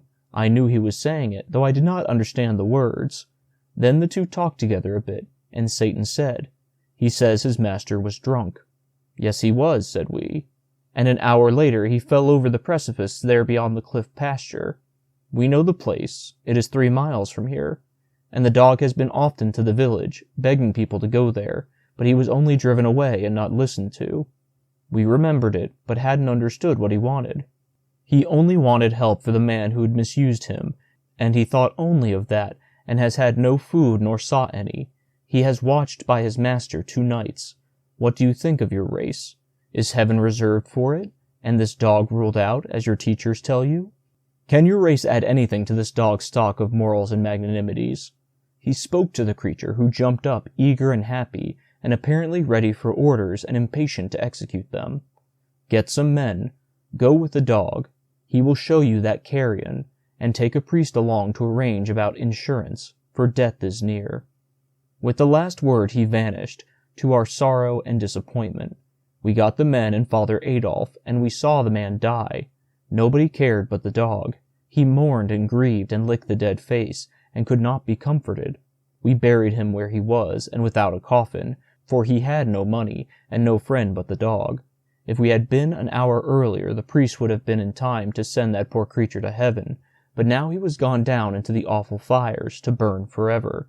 It seemed such a pity that in a world where so many people have difficulty to put in their time, 1 little hour could not have been spared for this poor creature who needed it so much, and to whom it would have made the difference between eternal joy and eternal pain.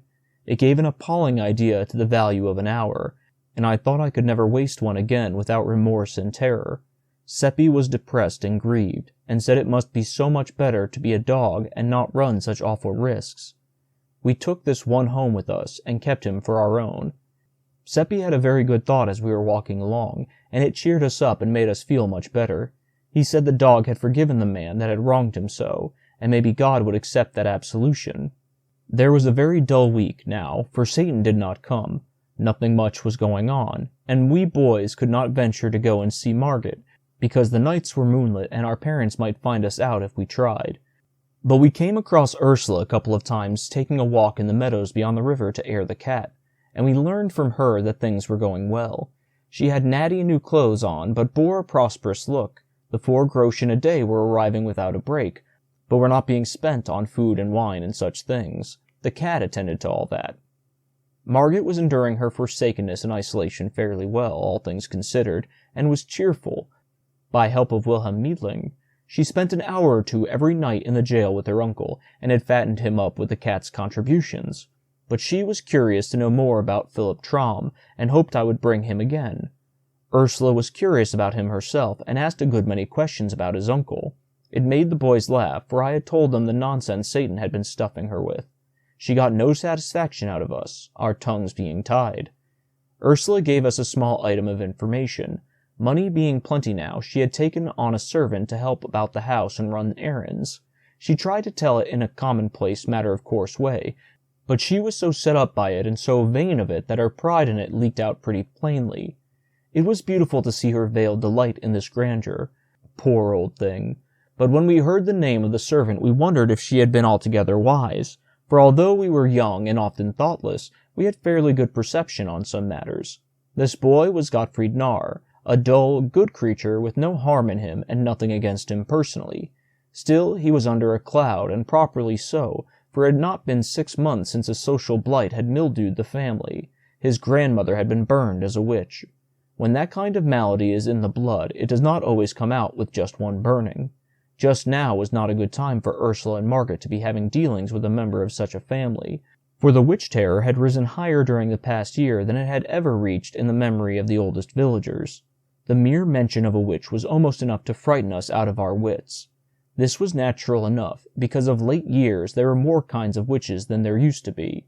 In old times it had been only old women, but of late years they were of all ages, even children of 8 and 9. It was getting so that anybody might turn out to be a familiar of the devil. Age and sex hadn't anything to do with it. In our little religion we had tried to extirpate the witches, but the more of them we burned, the more of the breed rose up in their places. Once in a school for girls only 10 miles away, the teachers found that the back of one of the girls was all red and inflamed, and they were greatly frightened, believing it to be the devil's marks. The girl was scared and begged them not to denounce her, and said it was only fleas, but of course it would not do to let the matter rest there. All the girls were examined, and 11 out of the 50 were badly marked, the rest less so. A commission was appointed, but the 11 only cried for their mothers and would not confess. Then they were shut up, each by herself, in the dark, and put on black bread and water for 10 days and nights, and by that time they were haggard and wild, and their eyes were dry, and they did not cry any more, but only sat and mumbled, and would not take the food. Then one of them confessed, and said they had often ridden through the air on broomsticks to the witches' Sabbath, and in a bleak place high up in the mountains had danced and drunk and caroused with several hundred other witches and the evil one, and all had conducted themselves in a scandalous way, and had reviled the priests and blasphemed God.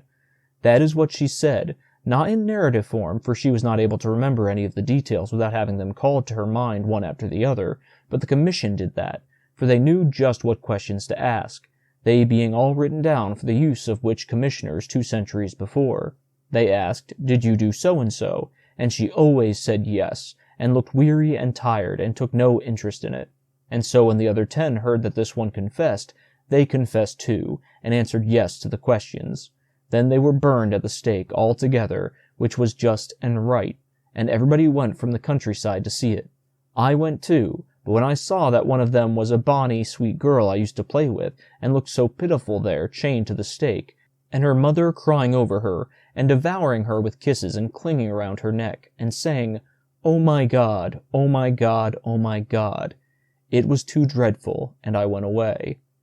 It was bitter and cold weather when Gottfried's grandmother was burned. It was charged that she had cured bad headaches by kneading the person's head and neck with her fingers, as she said, but really by the devil's help, as everybody knew. They were going to examine her, but she stopped them, and confessed straight off that her power was from the devil, so they appointed to burn her next morning, early, in our market square. The officer who was to prepare the fire was there first and prepared it. She was there next, brought by the constables, who left her and went to fetch another witch. Her family did not come with her. They might be reviled, maybe stoned, if the people were excited. I came and gave her an apple. She was squatting at the fire, warming herself and waiting, and her old lips and hands were blue with the cold. A stranger came next. He was a traveler passing through, and he spoke to her gently, and, seeing nobody but me there to hear, said he was sorry for her, and he asked if what she confessed was true, and she said no. He looked surprised and still more sorry then, and asked her, "Then why did you confess?"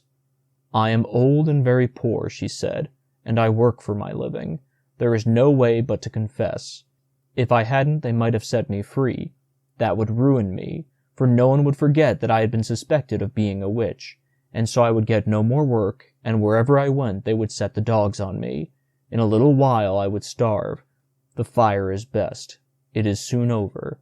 You have been good to me, you too, and I thank you."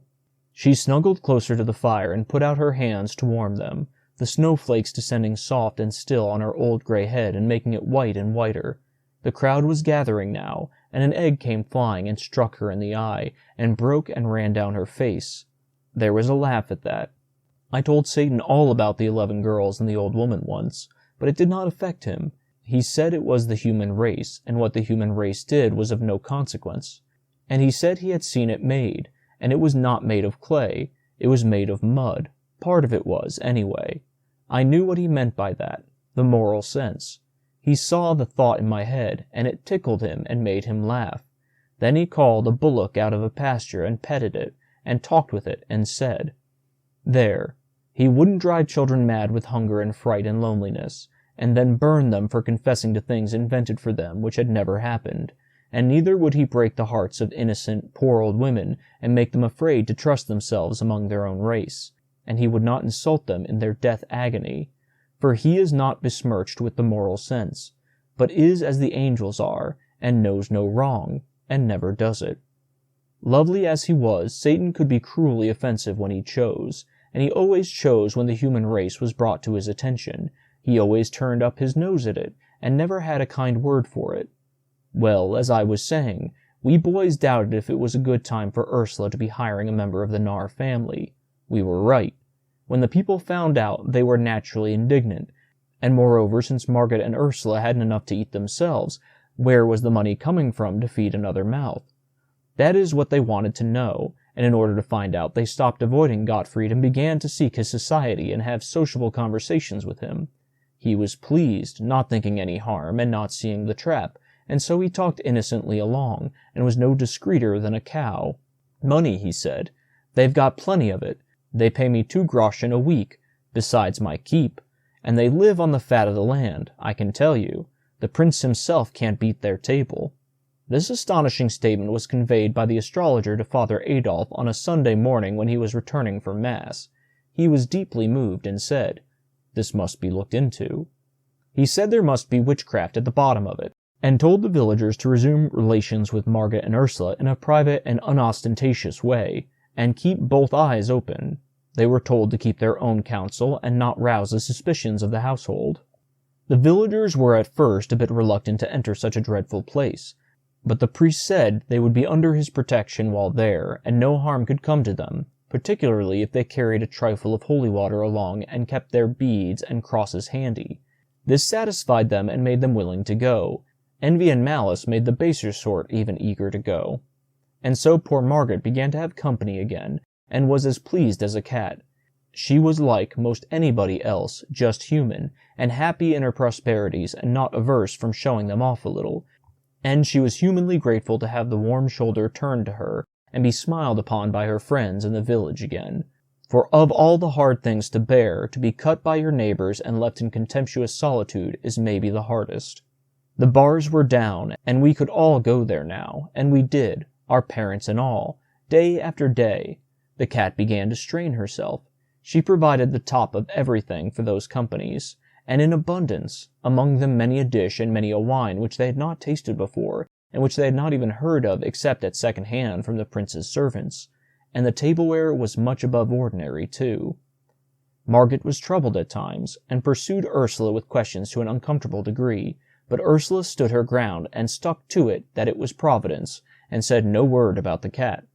Margaret knew that nothing was impossible to Providence, but she could not help having doubts that this effort was from there, though she was afraid to say so, lest disaster come of it. Witchcraft occurred to her, but she put the thought aside, for this was before Gottfried joined the household, and she knew Ursula was pious and a bitter hater of witches. By the time Gottfried arrived, Providence was established, unshakably entrenched, and getting all the gratitude. The cat made no murmur, but went on composedly improving in style and prodigality by experience.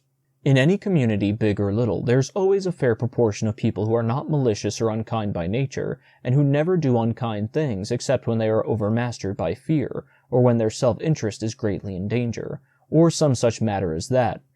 Eiseldorf had its proportion of such people, and ordinarily their good and gentle influence was felt, but these were not ordinary times, on account of the witch-dread, and so we did not seem to have any gentle and compassionate hearts left to speak of. Every person was frightened at the unaccountable state of things at Margaret's house, not doubting that witchcraft was at the bottom of it, and fright frenzied their reason. Naturally, there were some who pitied Margaret and Ursula for the danger that was gathering about them, but naturally they did not say so. It would not have been safe. So the others had it all their own way, and there was none to advise the ignorant girl and the foolish woman to warn them to modify their doings. We boys wanted to warn them, but we backed down when it came to the pinch, being afraid. We found that we were not manly enough nor brave enough to do a generous action when there was a chance that it could get us in trouble. Neither of us confessed this poor spirit to the others, but did as other people would have done, dropped the subject and talked about something else. And I knew we all felt mean, eating and drinking Margaret's fine things along with those companies of spies, and petting her and complimenting her with the rest, and seeing with self-reproach how foolishly happy she was, and never saying a word to put her on her guard. And indeed she was happy, and as proud as a princess, and so grateful to have friends again, and all the time these people were watching with all their eyes and reporting all they saw to Father Adolf. But he couldn't make head or tail of the situation. There must be an enchanter somewhere on the premises, but who was it? Margaret was not seen to do any jugglery, nor was Ursula, nor yet Gottfried, and still the wines and dainties never ran short, and a guest could not call for a thing and not get it. To produce these effects was unusual enough with witches and enchanters, that part was not new, but to do it without any incantations, or even any rumblings, or earthquakes, or lightnings, or apparitions, that was new, novel, wholly irregular. There was nothing in the books like this. Enchanted things were always unreal. Gold turned to dirt in an unenchanted atmosphere. Food withered away and vanished. But this test failed in the present case. The spies brought samples. Father Adolf prayed over them, exorcised them, but it did no good. They remained sound and real. They yielded to natural decay only, and took the usual time to do it. Father Adolf was not merely puzzled, but he was also exasperated, for these evidences very nearly convinced him, privately, that there was no witchcraft in the matter. It did not wholly convince him, for this could be a new kind of witchcraft. There was a way to find out as to this. If this prodigal abundance of provender was not brought in from the outside, but produced on the premises, there was witchcraft, sure. Chapter 7. Margaret announced a party and invited 40 people. The date for it was 7 days away. This was a fine opportunity. Margaret's house stood by itself, and it could be easily watched. All the week it was watched day and night. Margaret's household went out and in as usual, but they carried nothing in their hands, and neither they nor others brought anything to the house. This was ascertained. Evidently, rations for 40 people were not being fetched. If they were furnished any sustenance, it would have to be made on the premises. It was true that Margaret went out with a basket every evening, but the spies ascertained that she always brought it back empty. The guests arrived at noon and filled the place. Father Adolf followed, also, after a little, the astrologer without invitation. The spies had informed him that neither at the back nor at the front had any parcels been brought in. He entered and found the eating and drinking going on finely, and everything progressing in a lively and festive way. He glanced around and perceived that many of the cooked delicacies and all of the native and foreign fruits were of a perishable character, and he also recognized that these were fresh and perfect. No apparitions, no incantations, no thunder. That settled it. This is witchcraft. And not only that, but a new kind, a kind never dreamed of before. It was a prodigious power, an illustrious power. He resolved to discover its secret. The announcement of it would resound throughout the world, penetrate to the remotest lands, paralyze all the nations with amazement, and carry its name with it, and make him renowned forever. It was a wonderful piece of luck, a splendid piece of luck. The glory of it made him dizzy. All the house made room for him. Margaret politely seated him. Ursula ordered Gottfried to bring a special table for him.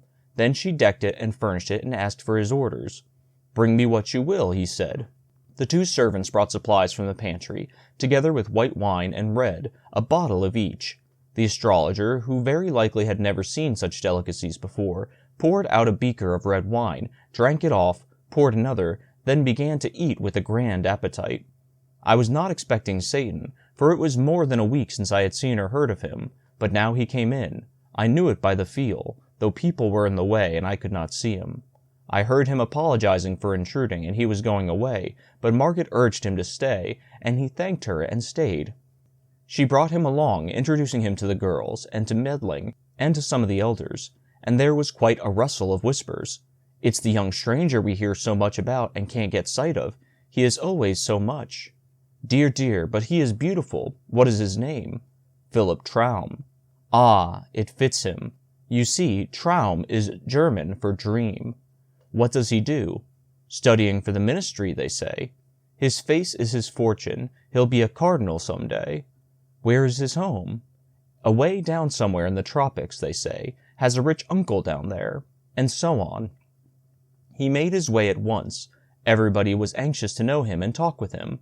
Everybody noticed how cool and fresh it was all of a sudden, and wondered at it, for they could see that the sun was beating down the same as before outside, and the sky was clear of clouds, but no one guessed the reason, of course.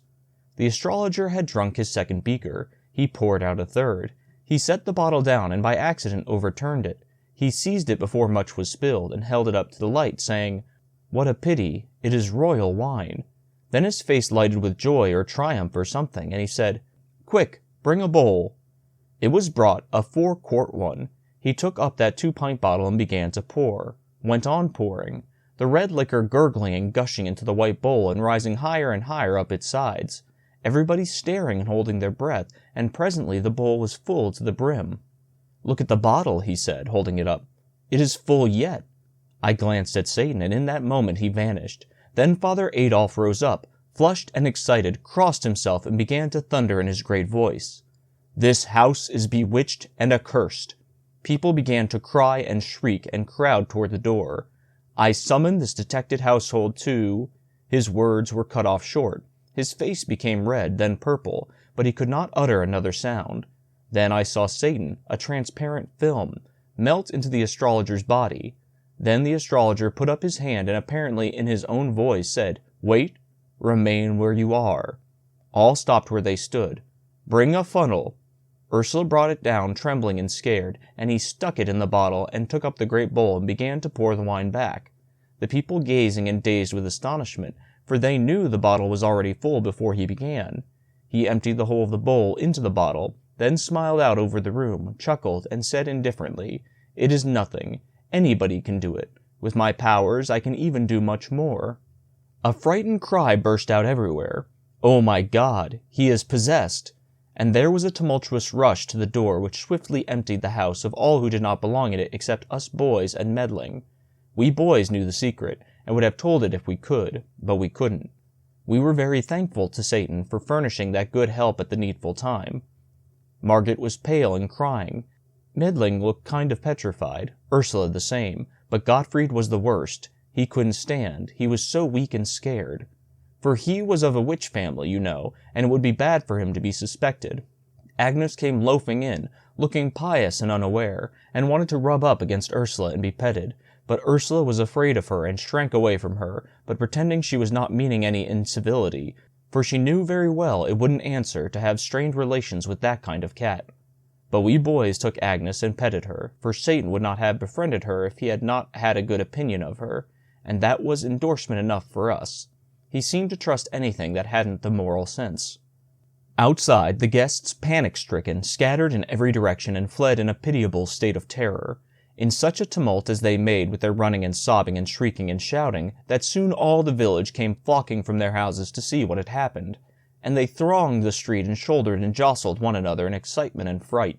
And then Father Adolf appeared, and they fell apart in two walls like the cloven Red Sea, and presently down this lane the astrologer came striding and mumbling, and where he passed the lane surged back in packed masses, and fell silent with awe, and their eyes stared and their breasts heaved, and several women fainted, and when he was gone the crowd swarmed together and followed him at a distance, talking excitedly and asking questions and finding out the facts and passing them on to others, with improvements which soon enlarged the bowl of wine into a barrel, and made the one bottle hold it all and yet remain empty to the last. When the astrologer reached the market square, he went straight to a juggler, fantastically dressed, who was keeping 3 brass balls in the air, and took them from him and faced around upon the approaching crowd and said, "This poor clown is ignorant of his art. Come forward and see an expert perform."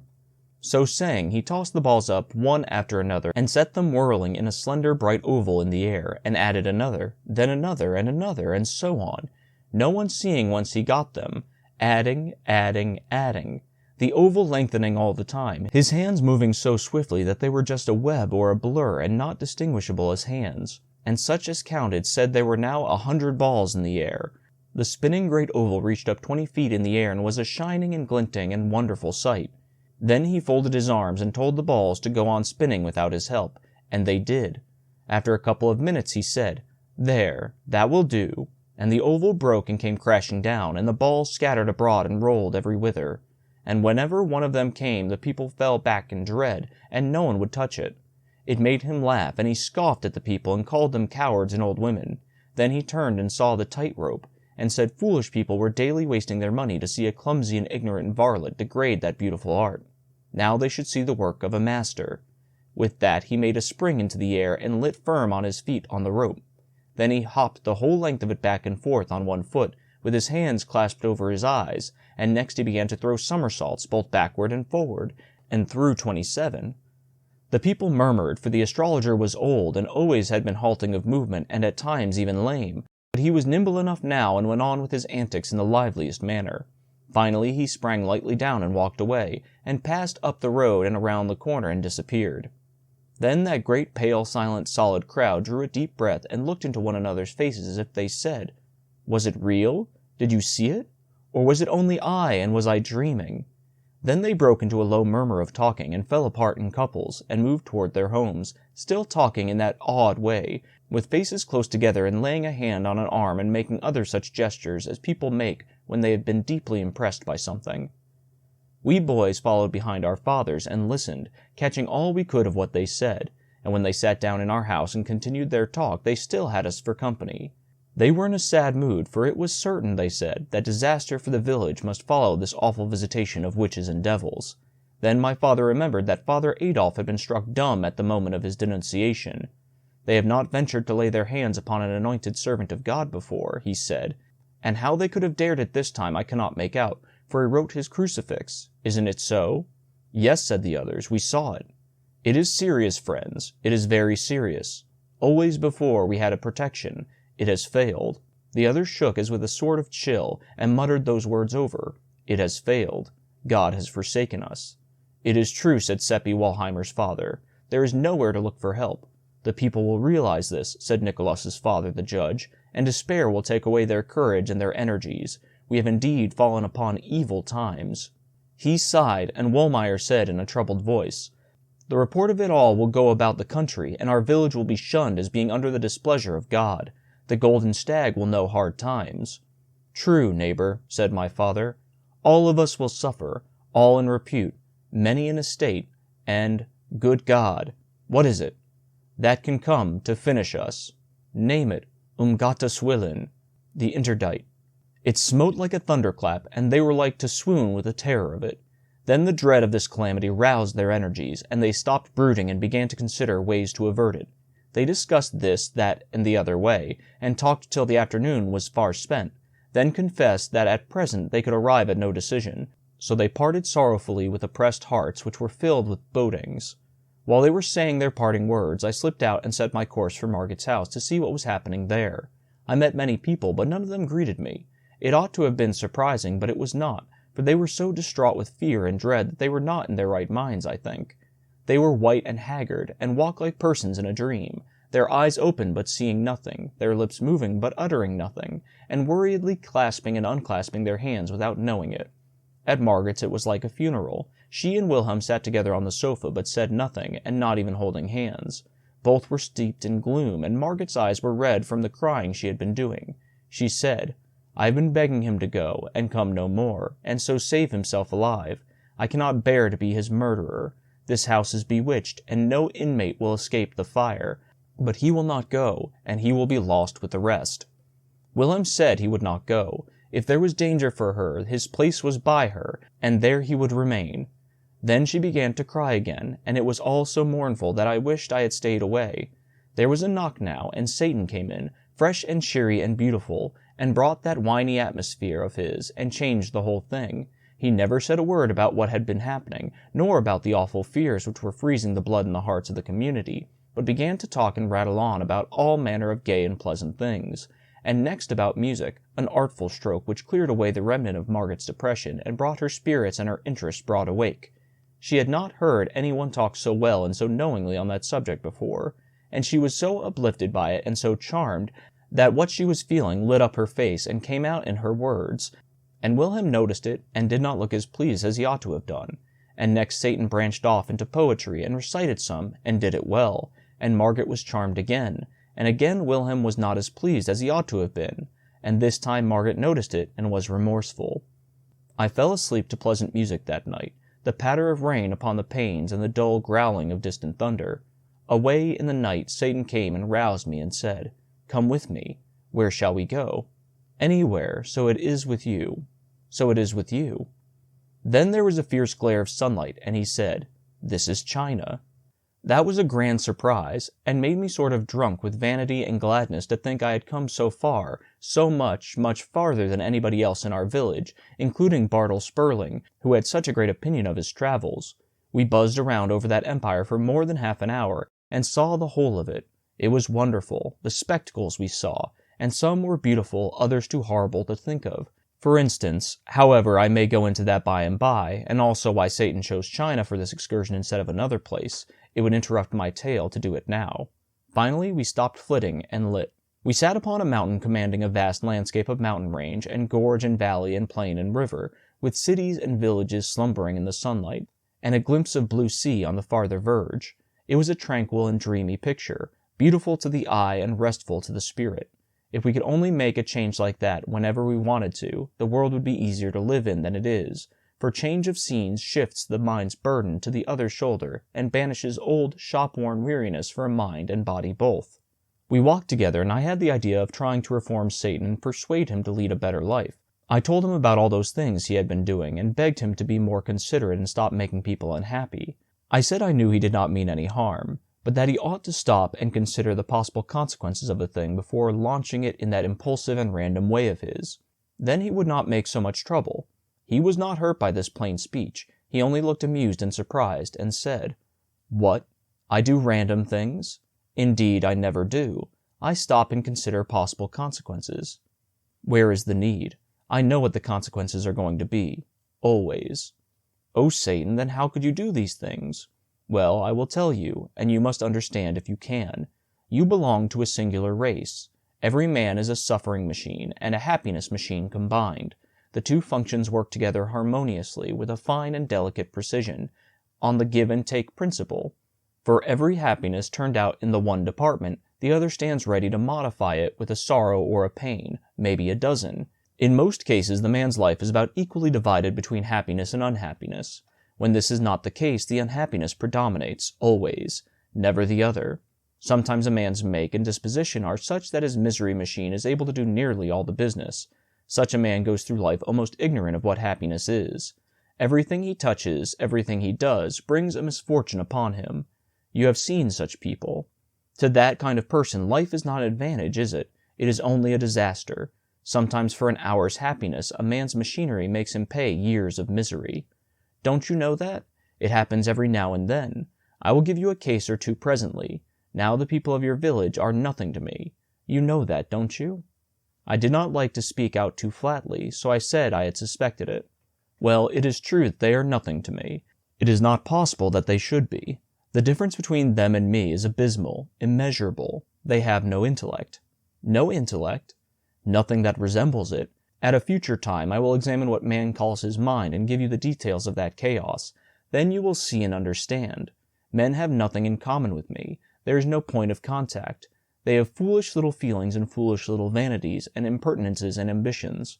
Their foolish little life is but a laugh, a sigh and extinction, and they have no sense, only the moral sense. I will show you what I mean.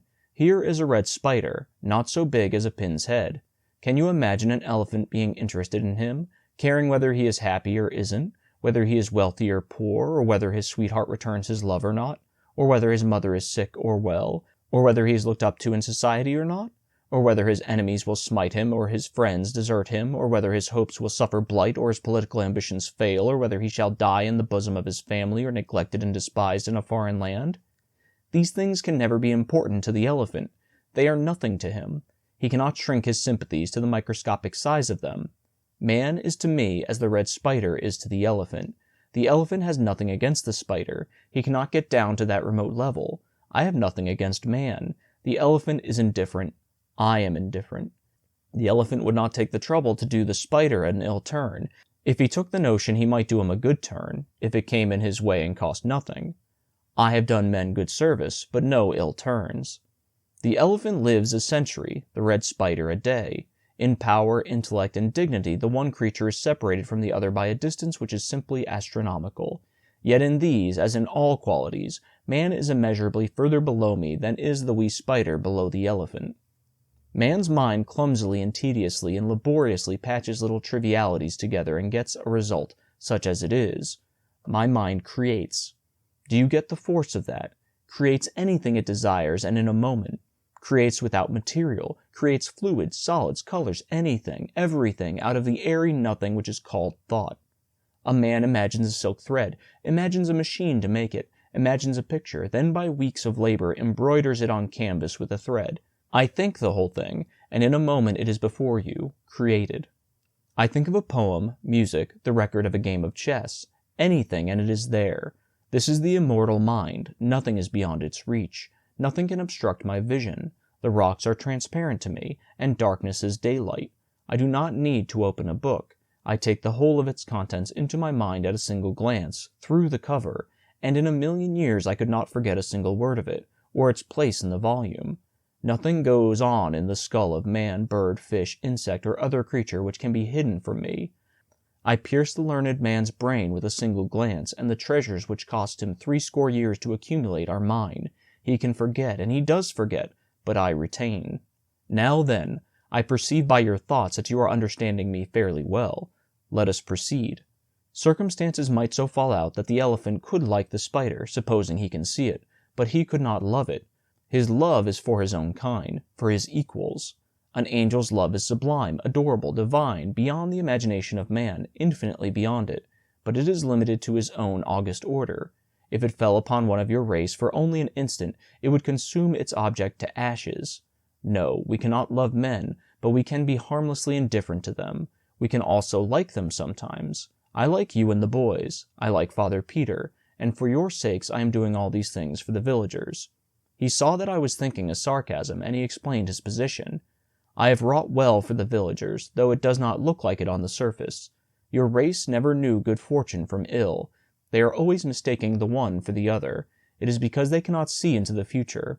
What I am doing for the villagers will bear good fruit some day, in some cases to themselves, in others to unborn generations of men. No one will ever know that I was the cause, but it will be none the less true. For all that, among you boys you will have a game. You stand a row of bricks on end a few inches apart. You push a brick, it knocks its neighbor over, the neighbor knocks over the next brick, and so on till all the row is prostrate. That is human life. A child's first act knocks over the initial brick, and the rest will follow inexorably.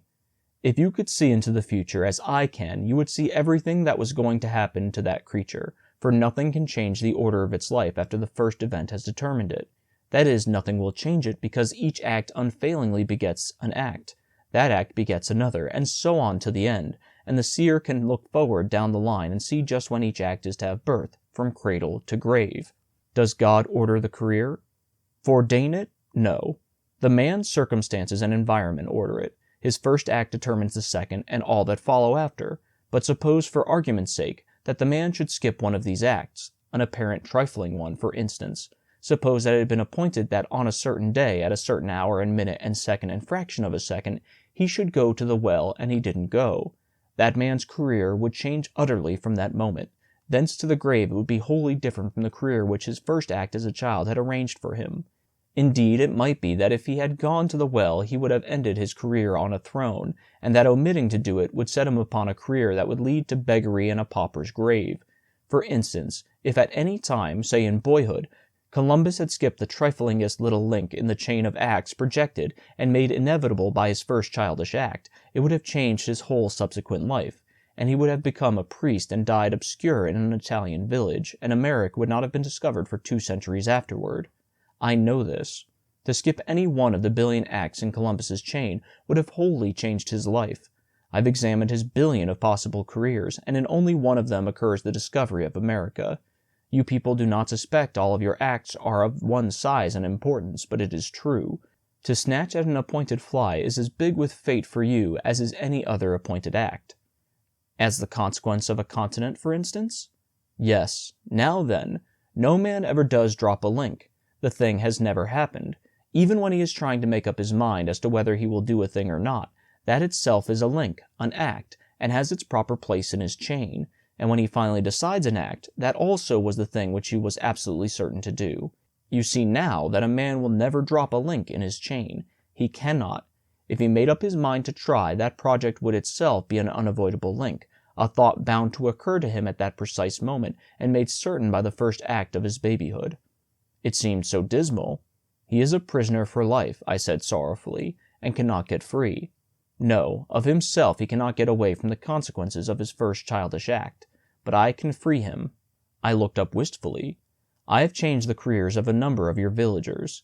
I tried to thank him, but found it difficult and let it drop. I shall make some other changes. You know that little Lisa Brandt? Oh yes, everybody does. My mother says she is so sweet and so lovely that she is not like any other child. She says she will be the pride of the village when she grows up, and its idol too, just as she is now. I shall change her future. Make it better, I asked. Yes, and I will change the future of Nicholas. I was glad this time and said, I don't need to ask about his case. You will be sure to do generously by him. It is my intention. Straight off I was building that great future of Nicky's in my imagination, and had already made a renowned general of him, or Hofmeister at the court, when I noticed that Satan was waiting for me to get ready to listen again. I was ashamed of having exposed my cheap imaginings to him, and was expecting some sarcasms, but it did not happen. He proceeded with his subject. Nicky's appointed life is 62 years. That's grand, I said. Lisa's 36. But as I told you, I shall change their lives in those ages. 2 minutes and a quarter from now, Nicholas will wake out of his sleep and find the rain blowing in. It was appointed that he should turn over and go to sleep again, but I have appointed that he shall get up and close the window first. That trifle will change his career entirely. He will rise in the morning 2 minutes later than the chain of his life had appointed him to rise. By consequence, thenceforth nothing will ever happen to him in accordance with the details of the old chain. He took out his watch and sat looking at it for a few moments, then said, Nicholas has risen to close the window. His life is changed. His new career has begun. There will be consequences. It made me feel creepy. It was uncanny. But for this change, certain things would happen 12 days from now. For instance, Nicholas would save Lisa from drowning. He would arrive on the scene at exactly the right moment, 4 minutes past 10, the long ago appointed instant of time, and the water would be shoal. The achievement easy and certain, but he will arrive some seconds too late now. Lisa will have struggled into deeper water. He will do his best, but both will drown. Oh, Satan! Oh, dear Satan! I cried, with tears rising in my eyes. Save them! Don't let it happen! I can't bear to lose Nicholas. He is my loving playmate and friend, and think of Lisa's poor mother. I clung to him and begged and pleaded, but he was not moved. He made me sit down again and told me I must hear him out. I have changed Nicholas's life, and this has changed Lisa's. If I had not done this, Nicholas would save Lisa, and then he would catch cold from his drenching. One of your race's fantastic and desolate scarlet fevers would follow, with pathetic after-effects. For 46 years he would lie in his bed, a paralytic log, deaf, dumb, blind, and praying night and day for the blessed relief of death. Shall I change his life back? Oh, no. Oh, not for the world. In charity and pity leave it as it is. It is best so. I could not have changed any other link in his life and done him so good a service. He had 1,000,000,000 possible careers, but not one of them was worth living. They were changed full with miseries and disasters. But for my intervention, he would do his brave deed 12 days from now, a deed begun and ended in 6 minutes, and get for all reward those 46 years of sorrow and suffering I told you of. It is one of the cases I was thinking of a while ago when I said that sometimes an act which brings the actor an hour's happiness and self-satisfaction is paid for, or punished, by years of suffering. I wondered what poor little Lisa's early death would save her from. He answered the thought. From 10 years of pain and slow recovery from an accident, and then from 19 years pollution, shame, depravity, crime, ending with death at the hands of the executioner. 12 days hence she will die. Her mother would save her life if she could. Am I not kinder than her mother? Oh, yes. Yes, oh, indeed yes, and wiser. Father Peter's case is coming on presently. He will be acquitted through unassailable proofs of his innocence. Why, Satan, how can that be? Do you really think it? Indeed, I know it. His good name will be restored, and the rest of his life will be happy.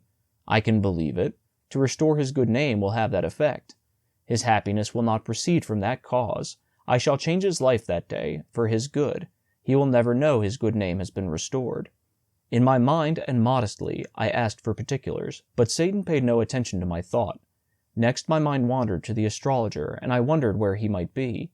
In the moon, said Satan, with a fleeting sound which I believe was a chuckle. I've got him on the cold side of it, too. He doesn't know where he is, and is not having a pleasant time. Still, it is good enough for him. A good place for his star studies. I shall need him presently. Then I shall bring him back and possess him again. He has a long and cruel and odious life before him, but I will change that, for I have no feeling against him, and am quite willing to do him a kindness. I think I shall get him burned. He had such strange notions of kindness, but angels are made so, and do not know any better. Their ways are not like our ways, and besides, human beings are nothing to them. They think they are only freaks. It seems to me odd that he should put the astrologer so far away. He could have dumped him in Germany just as well, where he would be handy. Far away, said Satan? To me no place is far away.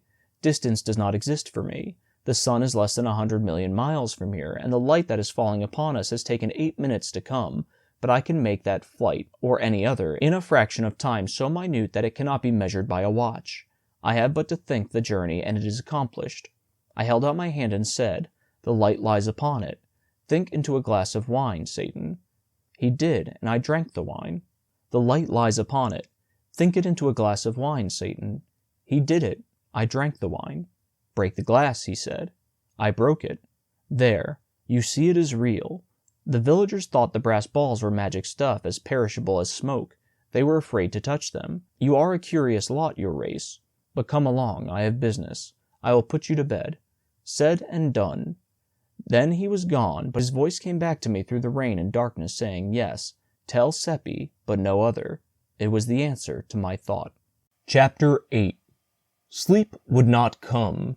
It was not because I was proud of my travels and excited about having been around the world to China, and feeling contemptuous of Bartle Sperling, the traveler as he called himself, and looked down upon us others because he had been to Vienna once and was the only Esseldorf boy who had made such a journey and seen the world's wonders. At another time that would have kept me awake, but it did not affect me now. No, my mind was filled with Nicholas, my thoughts ran upon him only, and the good days we had seen together at romps and frolics in the woods, and the fields and the river in the long summer days, and skating and sliding in the winter when our parents thought we were in school. And now he was going out of this young life, and the summers and winters would come and go, and we others would rove and play as before, but his place would be vacant. We should see him no more. Tomorrow he would not suspect, but would be as he had always been, and would shock me to hear him laugh and see him do lightsome and frivolous things, for to me he would be a corpse with waxen hands and dull eyes, and I should see the shroud around his face, and next day he would not suspect, nor the next, and all the time his handful of days would be wasting swiftly away. And that awful thing came nearer and nearer, his fate closing steadily around him, and no one knowing it but Seppi and me. 12 days. Only 12 days. It was awful to think of. I noticed that in my thoughts I was not calling him by his familiar names, Nick and Nicky, but was speaking of him by his full name, and reverently, as one speaks of the dead.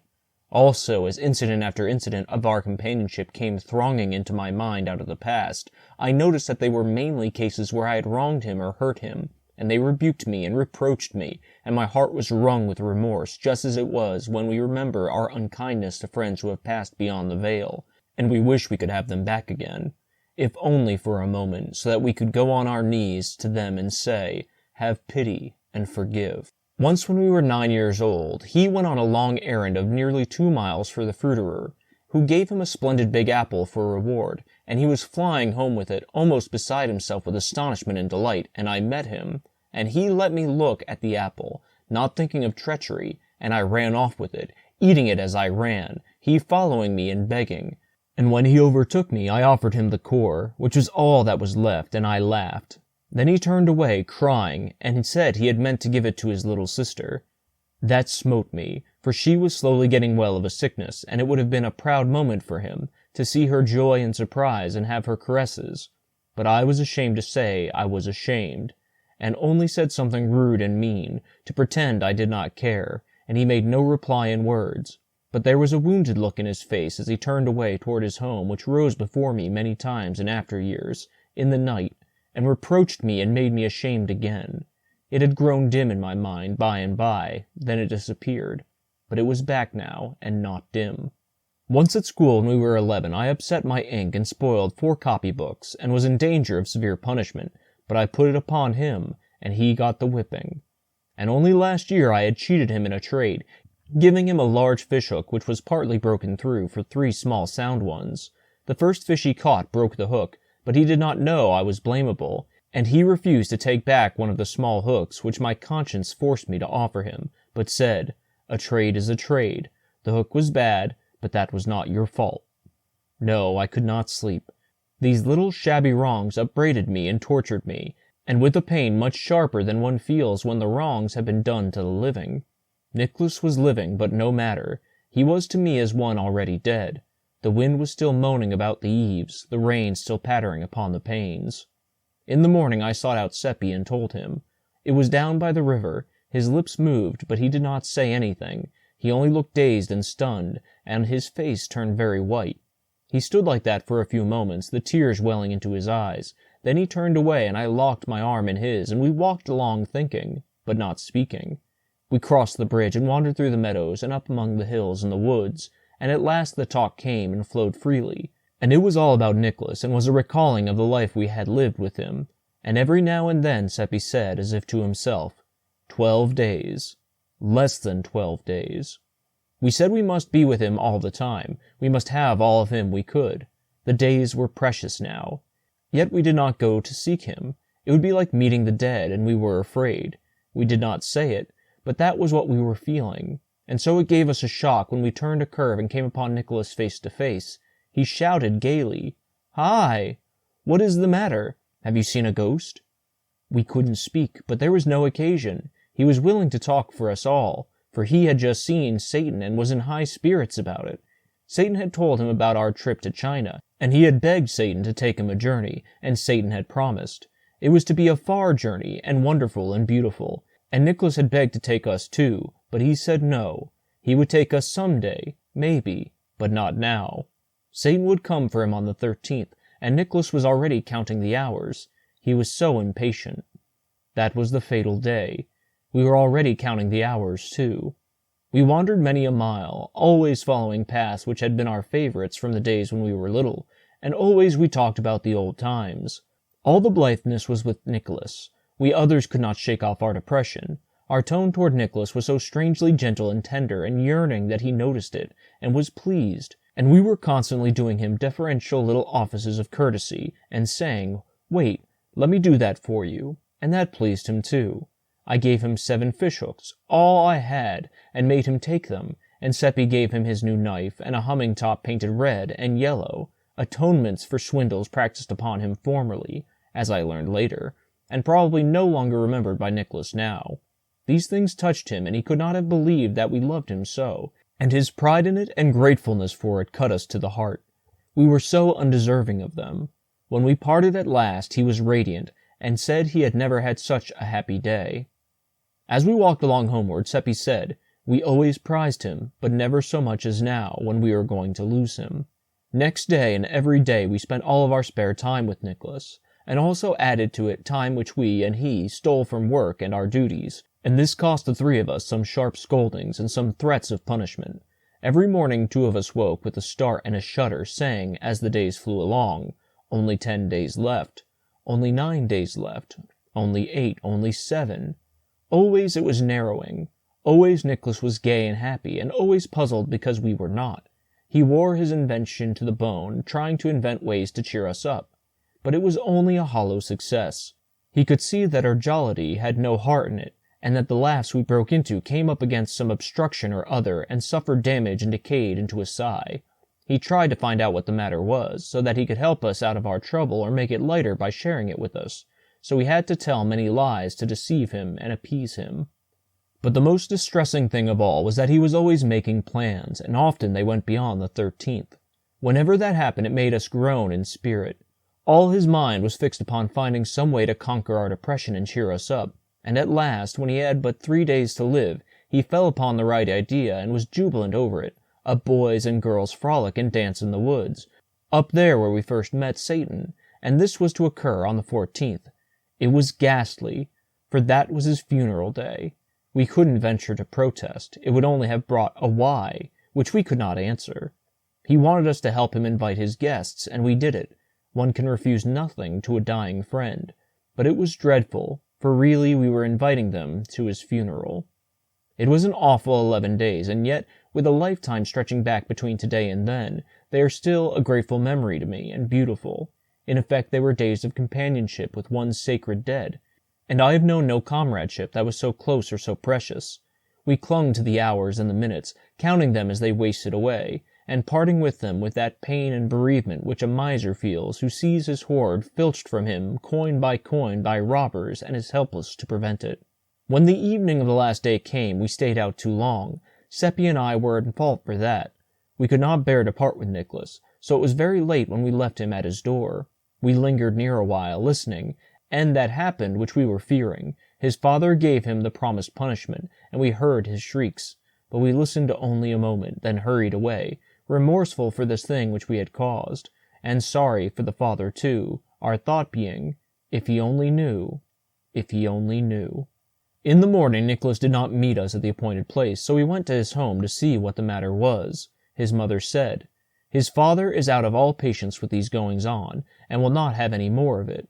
Half the time when Nick is needed he is not to be found. Then it turns out that he has been gadding around with you two. His father gave him a flogging last night.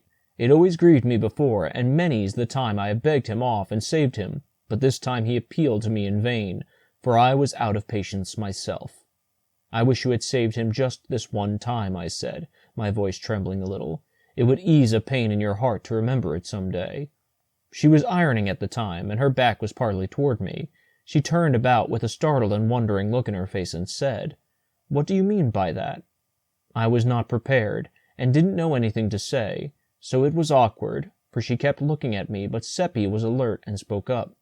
"Why, of course it would be pleasant to remember, for the very reason we were out so late was that Nicholas got to telling how good you are to him, and how he never got whipped when you were by to save him, and he was so full of it, and we were so full of the interest of it, that none of us noticed how late it was getting."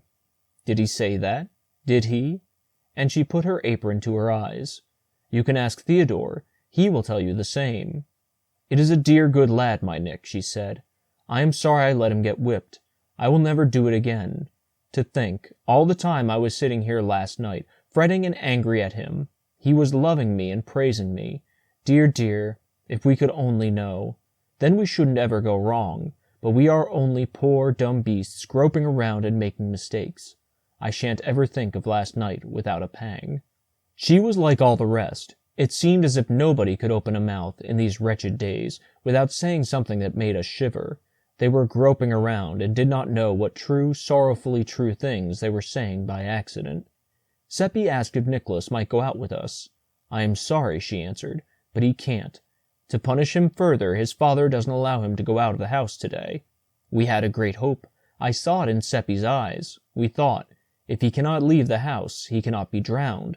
Seppi asked to make sure. Must he stay in all day, or only the morning? All day. It's such a pity, too. It's a beautiful day, and he is so unused to being shut up. But he is busy planning his party, and maybe that is company for him. I do hope he isn't too lonesome. Seppi saw that in her eye which emboldened him to ask if we might go up and help him pass the time. And welcome, she said, right heartily. Now, I call that real friendship, when you might be abroad in the fields and the woods, having a happy time. You are good boys, I'll allow that, though you don't always find satisfactory ways of improving it. Take these cakes for yourselves, and give him this one from his mother. The first thing we noticed when we entered Nicholas's room was the time, 9:45. Could that be correct? Only such a few minutes to live. I felt a contraction at my heart. Nicholas jumped up and gave us a glad welcome. He was in good spirits over his plannings for his party, and had not been lonesome. Sit down, he said, and look what I've been doing. And I've finished a kite that you will say is a beauty. It's drying in the kitchen. I'll fetch it. He had been spending his penny savings in fanciful trifles of various kinds, to go as prizes in the games, and they were marshalled with fine and showy effect upon the table. He said, "Examine them at your leisure while I get Mother to touch up the kite with her iron if it isn't dry enough yet." Then he tripped out and went clattering downstairs, whistling. We did not look at the things. We couldn't take any interest in anything but the clock. We sat staring at it in silence, listening to the ticking, and every time the minute hand jumped we nodded recognition, 1 minute fewer to cover in the race for life or for death. Finally Seppi drew a deep breath and said, 2 minutes to 10. 7 minutes more and he will pass the death point. Theodore, he is going to be saved. He is going to... Hush! I'm on needles. Watch the clock and keep still. 5 minutes more. We were panting with the strain and the excitement. Another 3 minutes, and there was a footstep on the stair. Saved, and we jumped up and faced the door. The old mother entered, bringing the kite. "Isn't it a beauty?" she said. "And, dear me, how he has slaved over it, ever since daylight, I think, and only finished it a while before you came." She stood it against the wall and stepped back to take a view of it. He drew the pictures his own self, and I think they are very good. The church isn't so very good, I'll have to admit. But look at the bridge. Anyone could recognize the bridge in a minute. He asked me to bring it up. Dear me, it's 7 minutes past 10, and I... But where is he? He? Oh, he'll be here soon. He's gone out a minute. Gone out? Yes. Just as he came downstairs, little Lisa's mother came in and said the child had wandered off somewhere, and as she was a little uneasy, I told Nicholas to never mind about his father's orders, and go and look her up. Why, how white you two do look! I do believe you are sick. Sit down. I'll fetch something. That cake has disagreed with you. It is a little heavy, but I thought... She disappeared without finishing her sentence, and we hurried at once to the back window and looked toward the river. There was a great crowd at the other end of the bridge, and people were flying toward that point from every direction. Oh, it is all over, poor Nicholas. Why, oh, why did she let him get out of the house? Come away, said Seppi, half sobbing. Come quick. We can't bear to meet her. In 5 minutes she will know. But we were not to escape.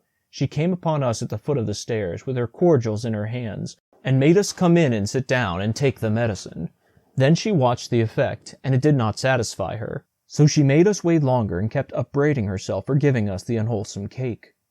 Presently the thing happened which we were dreading. There was a sound of tramping and scraping outside, and a crowd came solemnly in, with heads uncovered, and laid the 2 drowned bodies on the bed. "Oh, my God!" that poor mother cried out, and fell on her knees, and put her arms around her dead boy, and began to cover the wet face with kisses. "Oh, it was I that sent him, and I have been his death. If I had obeyed and kept him in the house, this would not have happened, and I am rightly punished. I was cruel to him last night, and him begging me, his own mother, to be his friend." And so she went on, and all the women cried and pitied her, and tried to comfort her, but she could not forgive herself and could not be comforted, and kept on saying that if she had not sent him out he would be alive and well now, and she was the cause of his death. It shows how foolish people are when they blame themselves for anything they have done. Satan knows, and he said nothing happens that your first act hasn't arranged to happen and made inevitable, and so, of your own motion, you can't ever alter the scheme or do a thing that will break a link. Next we heard screams, and Frau Brandt came wildly plowing and plunging through the crowd with her dress in disorder and hair flying loose, and flung herself upon dead child with moans and kisses and pleadings and endearments. And by she rose up almost exhausted with her outpourings of passionate emotion, and clenched her fist and lifted it toward the sky, and her tear-drenched face grew hard and resentful, and she said, "For nearly 2 weeks I have had dreams and presentiments and warnings that death was going to strike what was most precious to me, and day and night and day I have groveled in the dirt before him, praying him to have pity on my innocent child and save it from harm, and here is his answer." Why, he had saved it from harm, but she did not know. She wiped the tears from her eyes and cheeks, and stood a while gazing down at the child and caressing its face and its hair with her hands. Then she spoke again in that bitter tone, but in his hard heart is no compassion. I will never pray again." She gathered her dead child to her bosom and strode away, the crowd falling back to let her pass, and smitten dumb by the awful words they had heard. Ah, that poor woman! It is as Satan said. We do not know good fortune from bad, and are always mistaken the one for the other. Many times I have heard people pray to God to spare the life of sick persons, but I have never done it. Both funerals took place at the same time in our little church next day. Everybody was there, including the party guests. Satan was there too, which was proper, for it was on account of his efforts that the funerals had happened. Nicholas had departed this life without absolution, and a collection was taken up for masses to get him out of purgatory. Only 2/3 of the required money was gathered, and the parents were going to try to borrow the rest, but Satan furnished it. He told us privately that there was no purgatory, but he had contributed in order that Nicholas's parents and their friends might be saved from worry and distress. We thought it very good of him, but he said money did not cost him anything. At the graveyard the body of little Lisa was seized for debt by a carpenter to whom the mother owed 50 groschen for work done the year before. She had never been able to pay this, and was not able now. The carpenter took the corpse home, and kept it 4 days in his cellar, the mother weeping and imploring about his house all the time. Then he buried it in his brother's cattle yard, without religious ceremonies. It drove the mother wild with grief and shame, and she forsook her work, and went daily about the town, cursing the carpenter and blaspheming the laws of the emperor and the church, and it was pitiful to see. Seppi asked Satan to interfere, but he said the carpenter and the rest were members of the human race, and were acting quite neatly for that species of animal. He would interfere if he found a horse acting in such a way, and we must inform him when we came across that kind of horse doing that kind of human thing, so that he could stop it. He believed this was sarcasm, for of course there wasn't any such horse. We believed this was sarcasm, for of course there wasn't any such horse. But after a few days we found that we could not abide that poor woman's distress, so we begged Satan to examine her several possible careers, and see if he could not change her, to her profit, to a new one. He said the longest of her careers, as they now stood, gave her 42 years to live, and her shortest one 29, and that both were charged with grief and hunger and cold and pain. The only improvement he could make would be to enable her to skip a certain 3 minutes from now, and he asked us if he should do it. This was such a short time to decide in that we went to pieces with nervous excitement, and before we could pull ourselves together and ask for particulars, he said the time would be up in a few more seconds. So then we gasped out, "Do it." "It is done," he said. "She was going around a corner. I have turned her back. It has changed her career." "Then what will happen, Satan?" "It is happening now. She is having words with Fisher, the weaver. In his anger, Fisher will straightway do what he would not have done but for this accident. He was present when she stood over her child's body and uttered those blasphemies. What will he do? He is doing it now, betraying her. In 3 days she will go to the stake." We could not speak. We were frozen with horror, for if we had not meddled with her career, she would have been spared this awful fate. Satan noticed these thoughts and said, "What you are thinking is strictly human-like, that is to say, foolish. The woman is advantaged. Die when she might, she would go to heaven. By this prompt death she gets 29 years more of heaven than she is entitled to, and escapes 29 years of misery here." A moment before we were bitterly making up our minds that we would ask no more favors of Satan for friends of ours, for he did not seem to know any way to do a person kindness but by killing him. but the whole aspect of the case was changed now, and we were glad of what we had done and full of happiness in the thought of it. After a little I began to feel troubled about Fisher and asked timidly, "Does this episode change Fisher's life scheme, Satan?" Change it? Why, certainly and radically. If he had not met Frau Brandt a while ago, he would die next year, 34 years of age. Now he will live to be 90, and have a pretty prosperous and comfortable life about it, as human lives go. We felt a great joy and pride in what we had done for Fisher, and were expecting Satan to sympathize with this feeling, but he showed no sign, and this made us uneasy. We waited for him to speak, but he didn't. But to assuage our solicitude, we had to ask him if there was any defect in Fisher's good luck. Satan considered the question a moment, then said with some hesitation, "Well, the fact is, it is a delicate point. Under his several former possible life careers, he was going to heaven." We were aghast. "Oh, Satan, and under this one?" "There, don't be so distressed. You were sincerely trying to do him a kindness. Let that comfort you." "Oh, dear, dear, that cannot comfort us. You ought to have told us what we were doing. Then we wouldn't have acted so."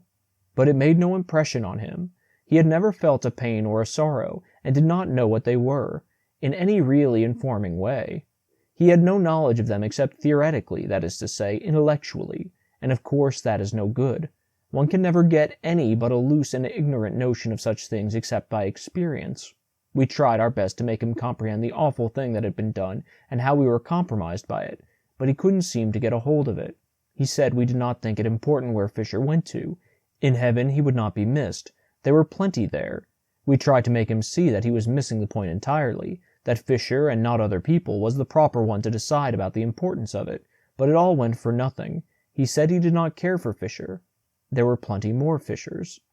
The next minute Fisher went by on the other side of the way, and it made us sick and faint to see him, remembering the doom that was upon him, and we the cause of it, and how unconscious he was that anything had happened to him. You could see by his elastic step and his alert manner that he was well satisfied with himself for doing that hard turn for poor Frau Brandt. He kept glancing back over his shoulder expectantly, and sure enough, pretty soon Frau Brandt followed after, in charge of the officers and wearing jiggling chains. A mob was in her wake, jeering and shouting, "Blasphemer" and "Heretic." And some among them were neighbors and friends of her happier days. Some were trying to strike her, and the officers were not taking as much trouble as they might to keep them from it. Oh, stop them, Satan! It was out before he remembered that he could not interrupt them for a moment without changing their whole afterlives. He puffed a little puff toward them with his lips, and they began to reel and stagger and grab at the empty air. Then they broke apart and fled in every direction, shrieking as if in intolerable pain. He had crushed a rib of each of them with that little puff. We could not help asking if their life chart was changed. Yes, entirely. Some have gained years, some have lost them. Some few will profit in various ways by the change, but only that few. We did not ask if we brought poor Fisher's luck to any of them. We did not wish to know. We fully believed in Satan's desire to do us kindnesses, but we were losing confidence in his judgment. It was at this time that our growing anxiety to have him look over our life charts and suggest improvements began to fade out and give place to other interests. For a day or two the whole village was chattering turmoil over Frau Brandt's case and over the mysterious calamity that had overtaken the mob, and at her trial the place was crowded. She was easily convicted of her blasphemies, for she uttered those terrible words again, and said she would not take them back. When warned that she was imperiling her life, she said they could take it in welcome. She did not want it. She would rather live with the professional devils in perdition than with these imitators in the village. They accused her of breaking all those ribs by witchcraft, and asked her if she was not a witch. She answered scornfully, "No. If I had that power, would any of you holy hypocrites be alive 5 minutes? No. I would strike you all dead. Pronounce your sentence and let me go. I am tired of your society." So they found her guilty, and she was excommunicated and cut off from the joys of heaven, and doomed to the fires of hell. Then she was clothed in a coarse robe, and delivered to the secular arm, and conducted to the market-place, the bell solemnly tolling the while. We saw her chained to the stake, and saw the first film of blue smoke rise on the still air. Then her hard face softened, and she looked upon the packed crowd in front of her, and said with gentleness, "We played together once, in long-agone days when we were innocent little creatures. For the sake of that, I forgive you." We went away then, and did not see the fires consume her, but we heard the shrieks. although we put our fingers in our ears. When they ceased, we knew she was in heaven, notwithstanding the excommunication, and we were glad of her death, and not sorry that we had brought it about. One day, a little while after this, Satan appeared again. We were always watching out for him, for life was never very stagnant when he was by. He came upon us at that place in the woods where we had first met him. Being boys, we wanted to be entertained. We asked him to do a show for us. "Very well," he said. "Would you like to see a history of the progress of the human race, its development of that product which it calls civilization?" We said we would. We said we should. So with a thought he turned the place into the Garden of Eden, and we saw Abel praying by his altar. Then Cain came walking down with him with his club, and did not seem to see us, and would have stepped on my foot if I had not drawn it in. He spoke to his brother in a language which we did not understand. Then he grew violent and threatening, and we knew what was going to happen, and turned away our heads for the moment. But we heard the crash of the blows, and heard the shrieks and the groans. Then there was silence, and we saw Abel lying in his blood and gasping out his life, and Cain standing over him and looking down at him, vengeful and unrepentant. Then the vision vanished, and was followed by a long series of unknown wars, murders, and massacres. Next we had the flood, and the ark tossing around in the stormy waters, with lofty mountains in the distance showing veiled and dim through the rain. Satan said, "The progress of your race was not satisfactory. It is to have another chance now." The scene changed, and we saw Noah overcome with wine. Next we had Sodom and Gomorrah, and the attempt to discover 2 or 3 respectable persons there, as Satan described it. Next, Lot and his daughters in the cave. Next came the Hebraic Wars, and we saw the victors massacre the survivors and their cattle, and save the young girls alive and distribute them around. Next we had Jael, and saw her slip into the tent and drive the nail into the temple of her sleeping guest, and we were so close that when the blood gushed out it trickled in a little red stream to our feet, and we could have stained our hands in it if we had wanted to. Next we had Egyptian wars, Greek wars, Roman wars, hideous drenchings of the earth with blood, and we saw the treacheries of the Romans towards the Carthaginians, and the sickening spectacle of the massacre of those brave people, and we saw Caesar invade Britain, not that those barbarians had done him any harm, but because he wanted their land, and desired to confer the blessings of civilization upon their widows and orphans, as Satan explained. Next, Christianity was born. Then ages of Europe passed in review before us, and we saw Christianity and civilization march hand in hand through those ages, leaving famine and death and desolation in their wake, and other signs of the progress of the human race, as Satan observed. And always we had wars, and more wars, and still other wars, all over Europe, all over the world. Sometimes in the private interest of royal families, Satan said, sometimes to crush a weak nation, but never a war started by the aggressor for any clean purpose. There is no such war in the history of the race. "Now," said Satan, "you have seen your progress down to the present, and you must confess that it is wonderful in its way. We must now exhibit the future." He showed us slaughters more terrible in their destruction of life, more devastating in their engines of war, than any we had seen. "You perceive," he said, "that you have made continual progress. Cain did his murder with a club, the Hebrews did their murders with javelins and swords. The Greeks and Romans added protective armor and the fine arts of military organization and generalship. The Christian has added guns and gunpowder. A few centuries from now he will have so greatly improved the deadly effectiveness of his weapons of slaughter that all men will confess that without Christian civilization, war must have remained a poor and trifling thing to the end of time." Then he began to laugh in the most unfeeling way, and make fun of the human race, although he knew that what he had been saying shamed us and wounded us. No one but an angel could have acted so, but suffering is nothing to them. They do not know what it is, except by hearsay. More than once Seppi and I had tried in a humble and diffident way to convert him, and as he had remained silent, we had taken his silence as a sort of encouragement. Necessarily, then, this talk of his was a disappointment to us, for it showed that we had made no deep impression upon him. The thought made us sad, and we knew then how the missionary must feel when he has been cherishing a glad hope and has seen it blighted. We kept our grief to ourselves, knowing that this was not the time to continue our work. Satan laughed his unkind laugh to a finish, then he said, "It is a remarkable progress. In 5 or 6 thousand years 5 or 6 high civilizations have risen, flourished, commanded the wonder of the world, then faded out and disappeared. and not one of them except the latest ever invented any sweeping and adequate way to kill people.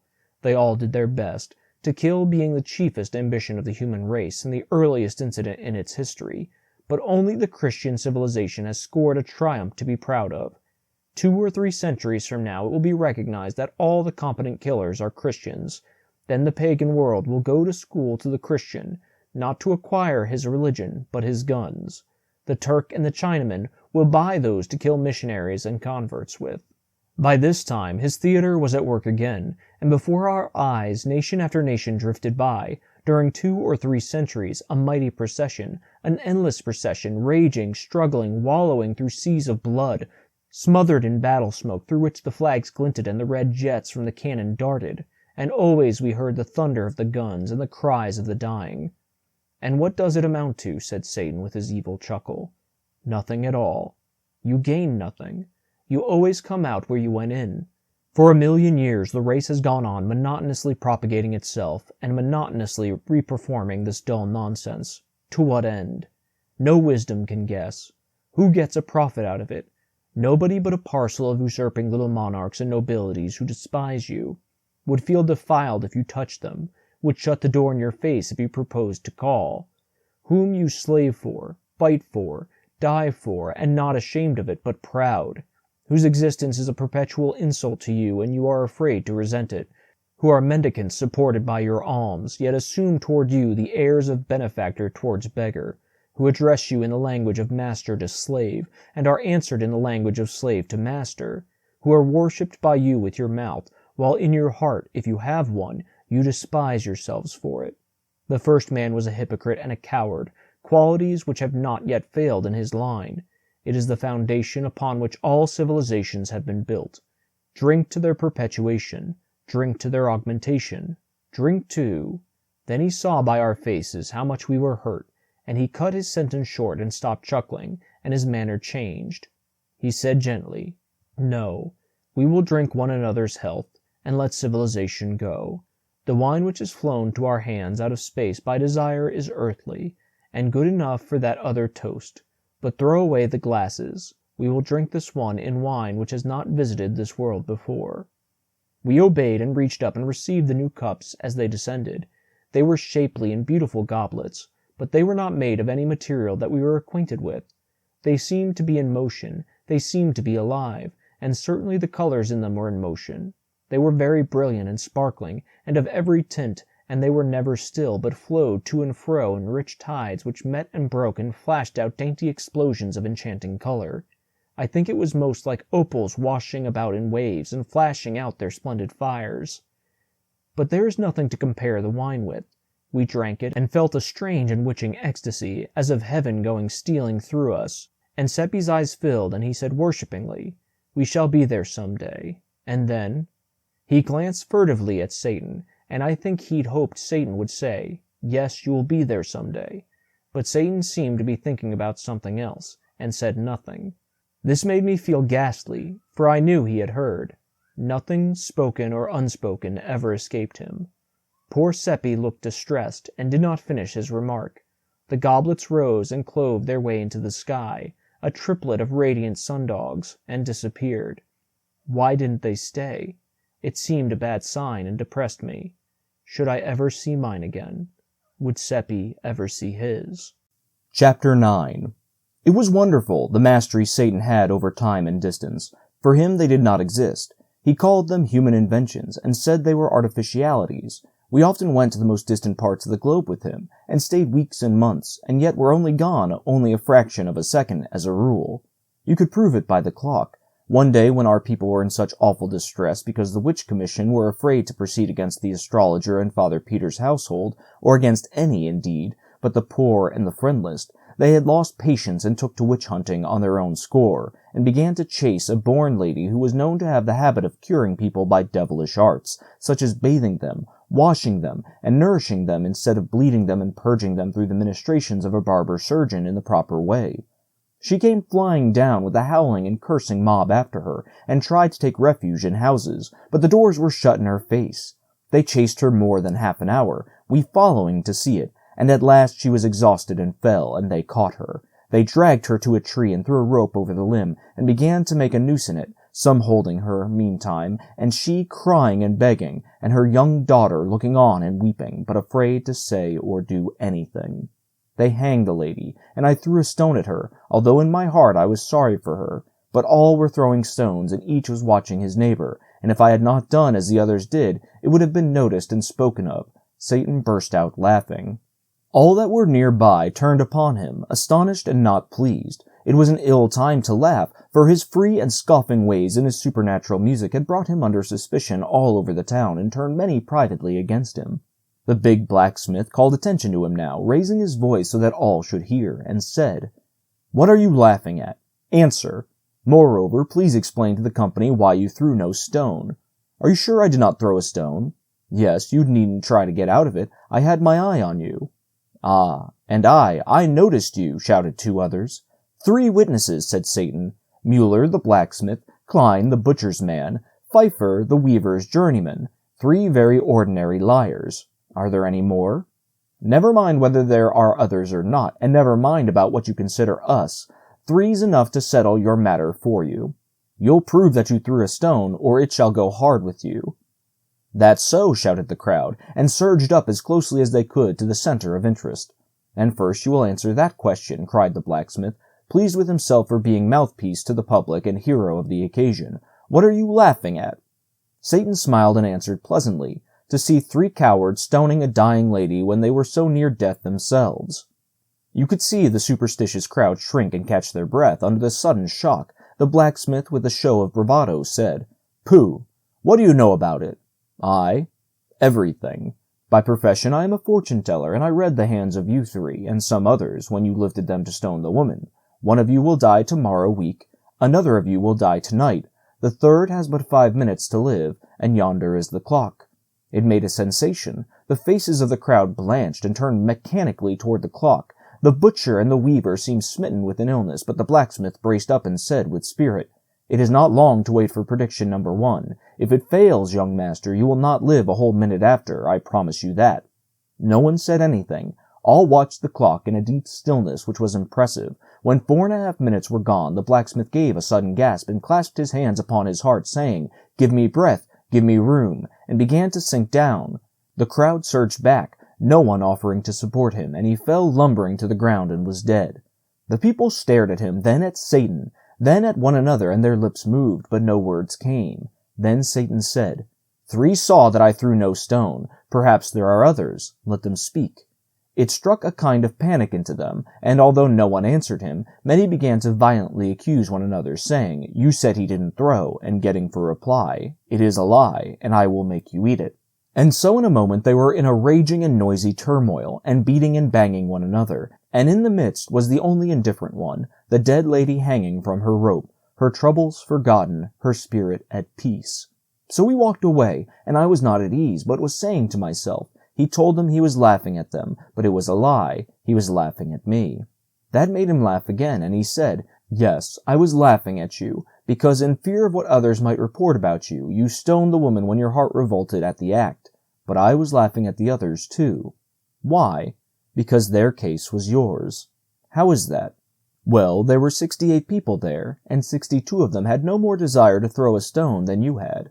"Satan!" "Oh, it's true. I know your race. It is made up of sheep. It is governed by minorities, seldom or never by majorities. It suppresses its feelings and its beliefs and follows the handful that makes the most noise. Sometimes the noisy handful is right, sometimes wrong, but no matter, the crowd follows it. The vast majority of the race, whether savage or civilized, are secretly kind-hearted and shrink from inflicting pain, but in the presence of the aggressive and pitiless minority they don't dare to assert themselves. Think of it. One kind-hearted creature spies upon another, and sees to it that he loyally helps in iniquities which revolt both of them. Speaking as an expert, I know that 99 out of 100 of your race were strongly against the killing of witches when that foolishness was first agitated by a handful of pious lunatics in the long ago, and I know that even today, after ages of transmitted prejudice and silly teaching, only 1 person in 20 puts any real heart into the harrying of a witch, and yet apparently everybody hates witches and wants them killed. Some day a handful will rise up on the other side and make the most noise. Perhaps even a single daring man with a big voice and a determined front will do it. and in a week all the sheep will wheel and follow him, and witch-hunting will come to a sudden end. Monarchies, atrocities, and religions are all based upon that large defect in your race, the individual's distrust of his neighbor and his desire for safety's or comfort's sake, to stand well in his neighbor's eye. These institutions will always remain, and always flourish, and always oppress you, affront you, and degrade you, because you will always be and remain slaves of minorities. There was never a country where the majority of the people were in their secret hearts loyal to any of these institutions. I did not like to hear our race called sheep, and said I did not think they were. Still, it is true, lamb, said Satan. Look at you in war, what mutton you are, and how ridiculous. In war? How?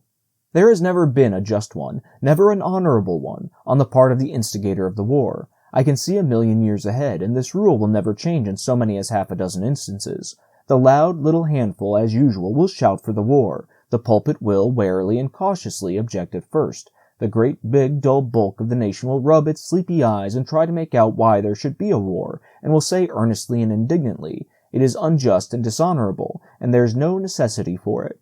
Then the handful will shout louder. A few fair men on the other side will argue and reason against the war with speech and pen, and at first will have a hearing and be applauded, but it will not last long. Those others will outshout them, and presently the anti-war audiences will thin out and lose popularity. Before long you will see this curious thing, the speakers stoned from the platform, and speech strangled by hordes of furious men who in their secret hearts are still at one with those stoned speakers, as earlier, but do not dare to say so. And now the whole nation, pulpit and all, will take up the war cry and shout itself hoarse, and mob any honest man who ventures to open his mouth, and presently such mouths will cease to open. Next the statesman will invent cheap lies, putting the blame upon the nation that is attacked, and every man will be glad of those conscience-soothing falsities, and will diligently study them, and refuse to examine any refutations of them, and thus he will by and by convince himself that the war is just, and will thank God for the better sleep he enjoys after this process of grotesque self-depreciation. Chapter 10. Days and days went by, and no Satan. It was dull without him.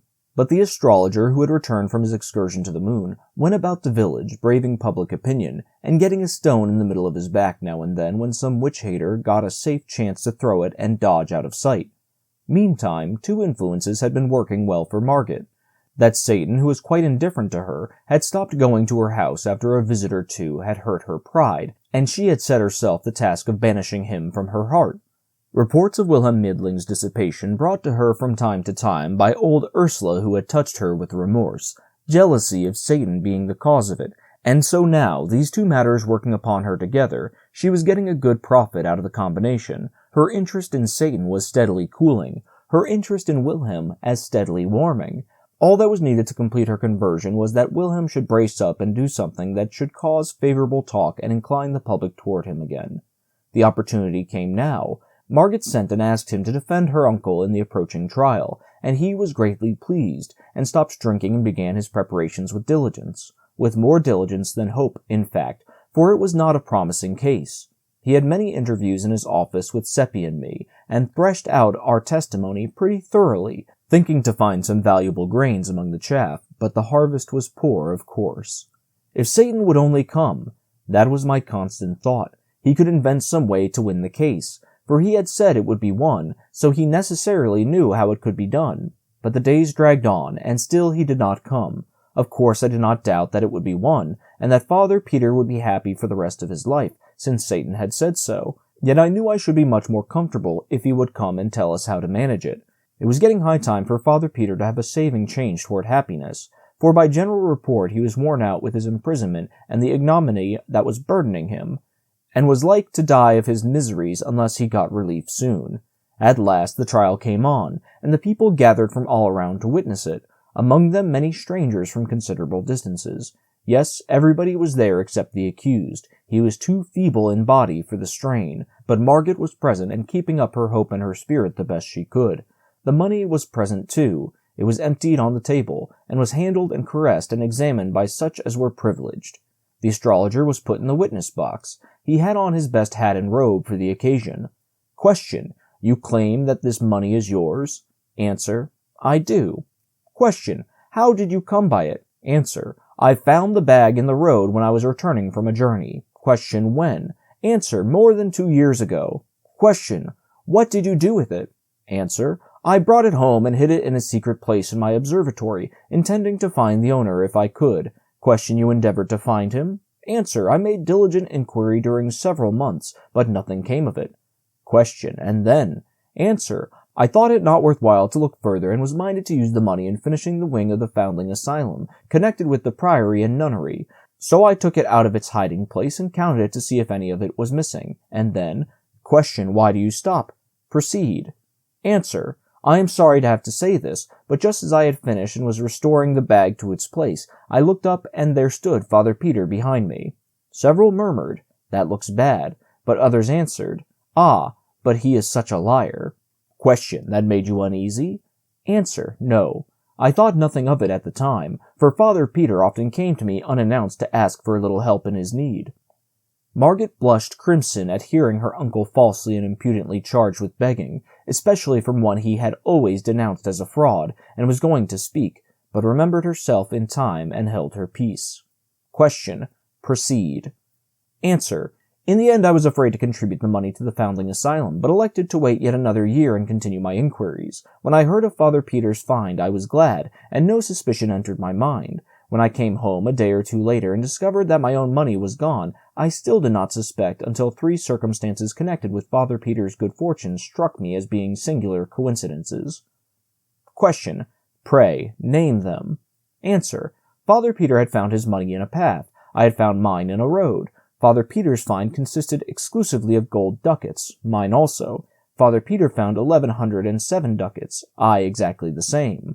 This closed his evidence, and certainly it made a strong impression on the house. One could see that. Wilhelm Midling asked him some questions, then called us boys, and we told our tale. It made the people laugh, and we were ashamed. We were feeling pretty badly anyhow, because Wilhelm was hopeless and showed it. He was doing as well as he could, poor young fellow, but nothing was in his favor, and such sympathy as there was now plainly not with his client. It might be difficult for court and people to believe the astrologer's story, considering his character, but it was almost impossible to believe Father Peter's. We were already feeling badly enough, but when the astrologer's lawyer said he believed he would not ask us any questions, for our story was a little delicate, and it would be cruel for him to put any strain upon it, everybody tittered, and it was almost more than we could bear. Then he made a sarcastic little speech, and got so much fun out of our tale, and it seemed so ridiculous and childish, and every way impossible and foolish, that it made everybody laugh till the tears came, and at last Margaret could not keep up her courage any longer, but broke down and cried, and I was so sorry for her. Now I noticed something that braced me up. It was Satan standing alongside of Wilhelm, and there was such a contrast. Satan looked so confident, had such a spirit in his eyes and face, and Wilhelm looked so depressed and despondent. We, too, were comfortable now, and judged that he would testify and persuade the bench and the people that black was white and white black, or any other color he wanted it. We glanced around to see what the strangers in the house thought of him, for he was beautiful. You know, stunning in fact, but no one was noticing him, so we knew by that he was invisible. The lawyer was saying his last words, and while he was saying them, Satan began to melt into Wilhelm. He melted into him and disappeared, and then there was a change when his spirit began to look out of Wilhelm's eyes. That lawyer finished quite seriously and with dignity. He pointed to the money and said, "The love of it is the root of all evil. There it lies, the ancient tempter, newly red with the shame of its latest victory, the dishonor of a priest of God and his 2 poor juvenile helpers in crime. If it could but speak, let us hope that it would be constrained to confess that of all of its conquests, this was the basest and most pathetic." He sat down. Wilhelm rose and said, "From the testimony of the accuser, I gather that he found this money in a road more than 2 years ago. Correct me, sir, if I misunderstood you." The astrologer said his understanding of it was correct. "And the money so found was never out of his hands thenceforth up to a certain definite date, the last day of last year. Correct me, sir, if I am wrong." The astrologer nodded his head. Wilhelm turned to the bench and said, "If I prove that this money here was not that money, then is it not his?" "Certainly not. But this is irregular. If you had such a witness, it was your duty to give proper notice of it, and have him here to—" He broke off and began to consult with the other judges. Meantime, that other lawyer got up excited and began to protest against allowing new witnesses to be brought into the case at this late stage. The judges decided that his contention was just and must be allowed. "But this is not a new witness," said Wilhelm. "It has already been partly examined. I speak of the coin." "The coin? What can the coin say?" "It can say that it is not the coin that the astrologer once possessed. It can say that it was not in existence last December. By its date, it can say this." And it was so. There was the greatest excitement in the court while that lawyer and the judges were reaching for coins and examining them and exclaiming, and everybody was full of admiration of Wilhelm's brightness in happening to think of that neat idea. At last, order was called, and the court said, "All of the coins but 4 are of the date of the present year. The court tenders its sincere sympathy to the accused and its deep regret that he, an innocent man, through an unfortunate mistake, has suffered the undeserved humiliation of imprisonment and trial. The case is dismissed." So the money could speak after all, though that lawyer thought it couldn't. The court rose, and almost everybody came forward to shake hands with Margaret and congratulate her, and then to shake with Wilhelm and praise him, and Satan had stepped out of Wilhelm and was standing around looking on full of interest, and people walking through him every which way, not knowing he was there. And Wilhelm could not explain why he only thought of the date of the coins at the last moment, instead of earlier, and he said it just occurred to him all of a sudden like an inspiration, and he brought it out right without any hesitation, for although he didn't examine the coins, he seemed somehow to know it was true. That was honest of him, and like him. Another would have pretended he had thought of it earlier and was keeping it back for a surprise. He had dulled down a little now, not much, but still you could notice that he hadn't the luminous look in his eyes that he had while Satan was in him. He nearly got it back, though. For a moment when Margaret came and praised him and thanked him and couldn't keep him from seeing how proud she was of him, the astrologer went off dissatisfied and cursing, and Solomon Isaacs gathered up the money and carried it away. It was Father Peter's for good and all. Now. Satan was gone. I judged that he had spirited himself away to the jail to tell the prisoner the news, and in this I was right. Margaret and the rest of us hurried thither at our best speed in a great state of rejoicing. Well, what Satan had done was this. He had appeared before that poor prisoner, exclaiming, "The trial is over, and you stand forever disgraced as a thief by verdict of the court."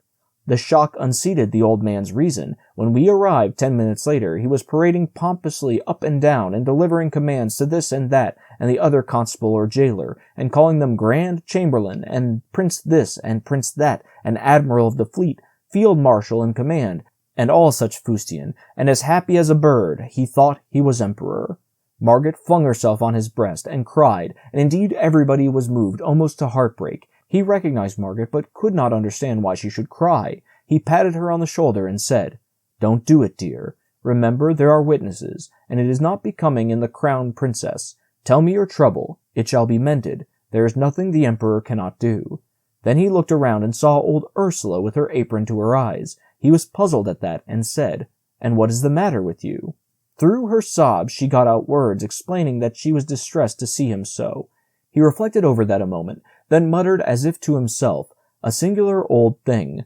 The Dowager Duchess means well, but is always snuffling and never able to tell what it is about. It is because she doesn't know." His eyes fell on Wilhelm. "Prince of India," he said, "I divine that it is you that the crown princess is concerned about. Her tears shall be dried. I will no longer stand between you. She shall share your throne, and between you shall inherit mine. There, little lady, have I done well? You can smile now. Isn't it so?"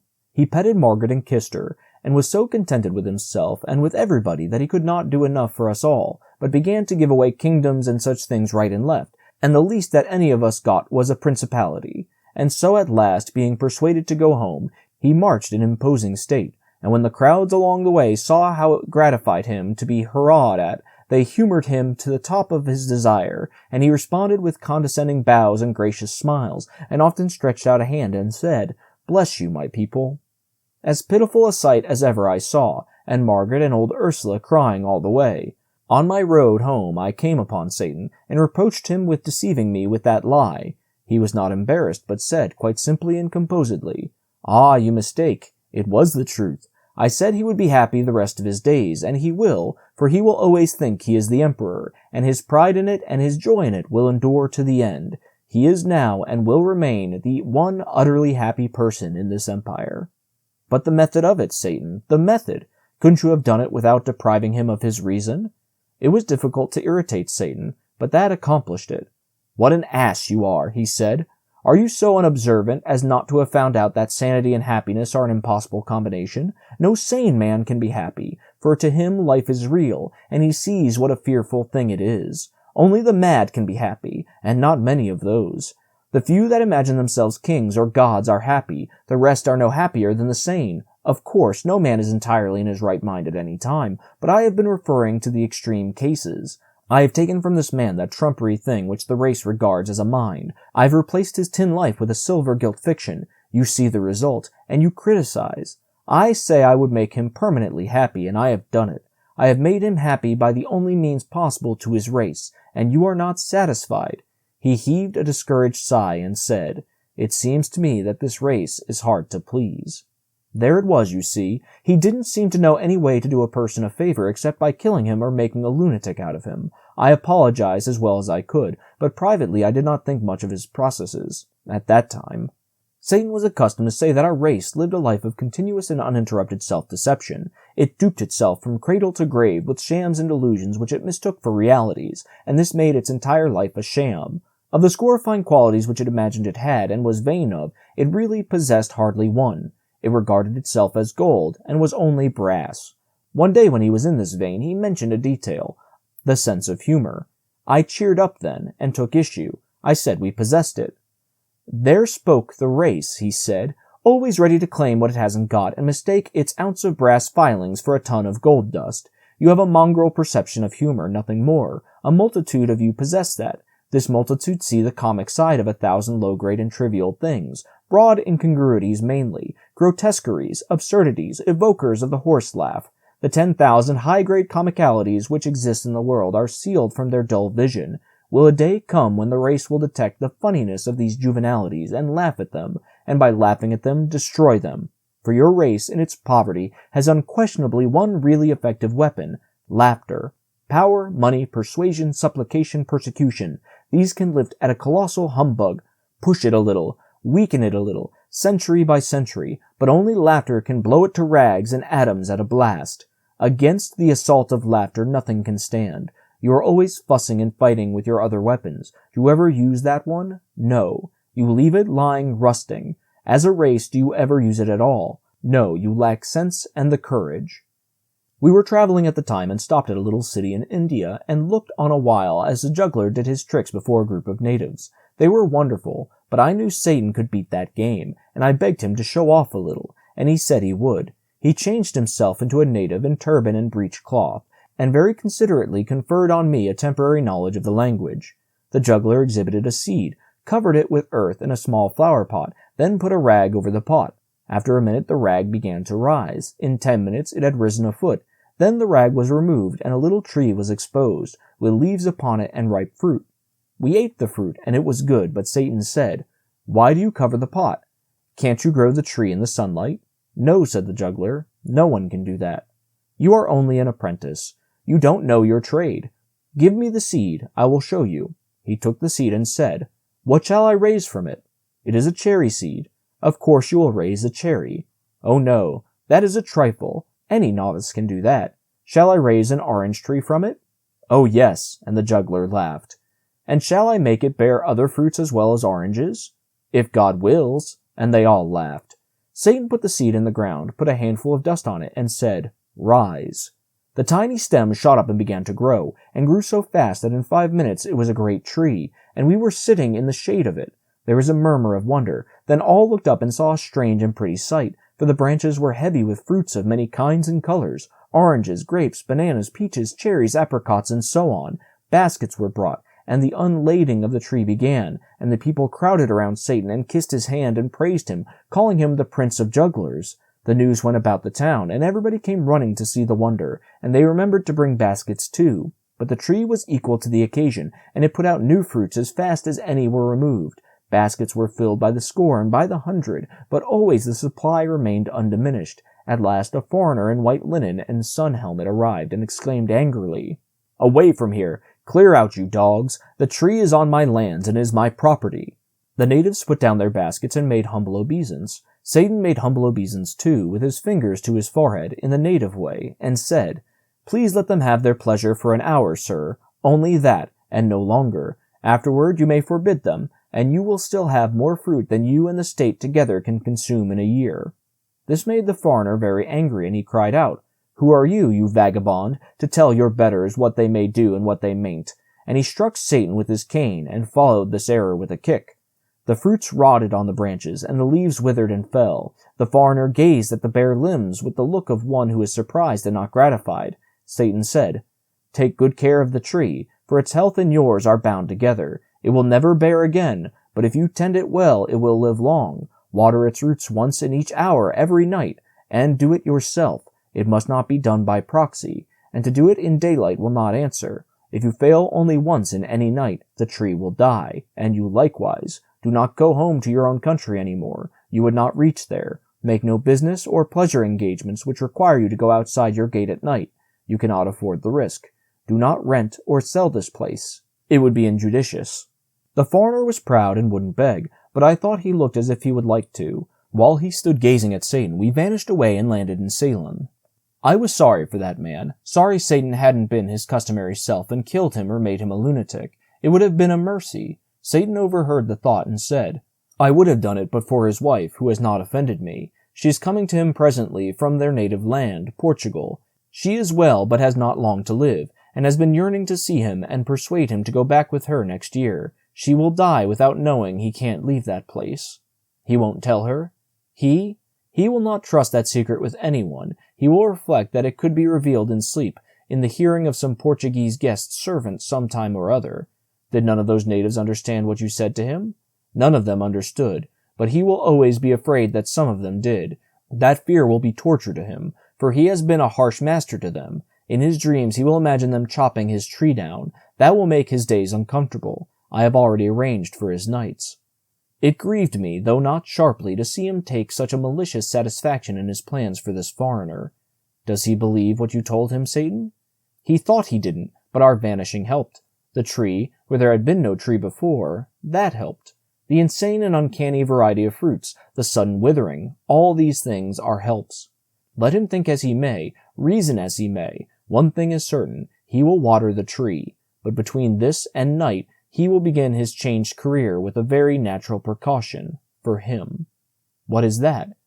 He will fetch a priest to cast out the tree's devil. You are such a humorous race, and don't suspect it.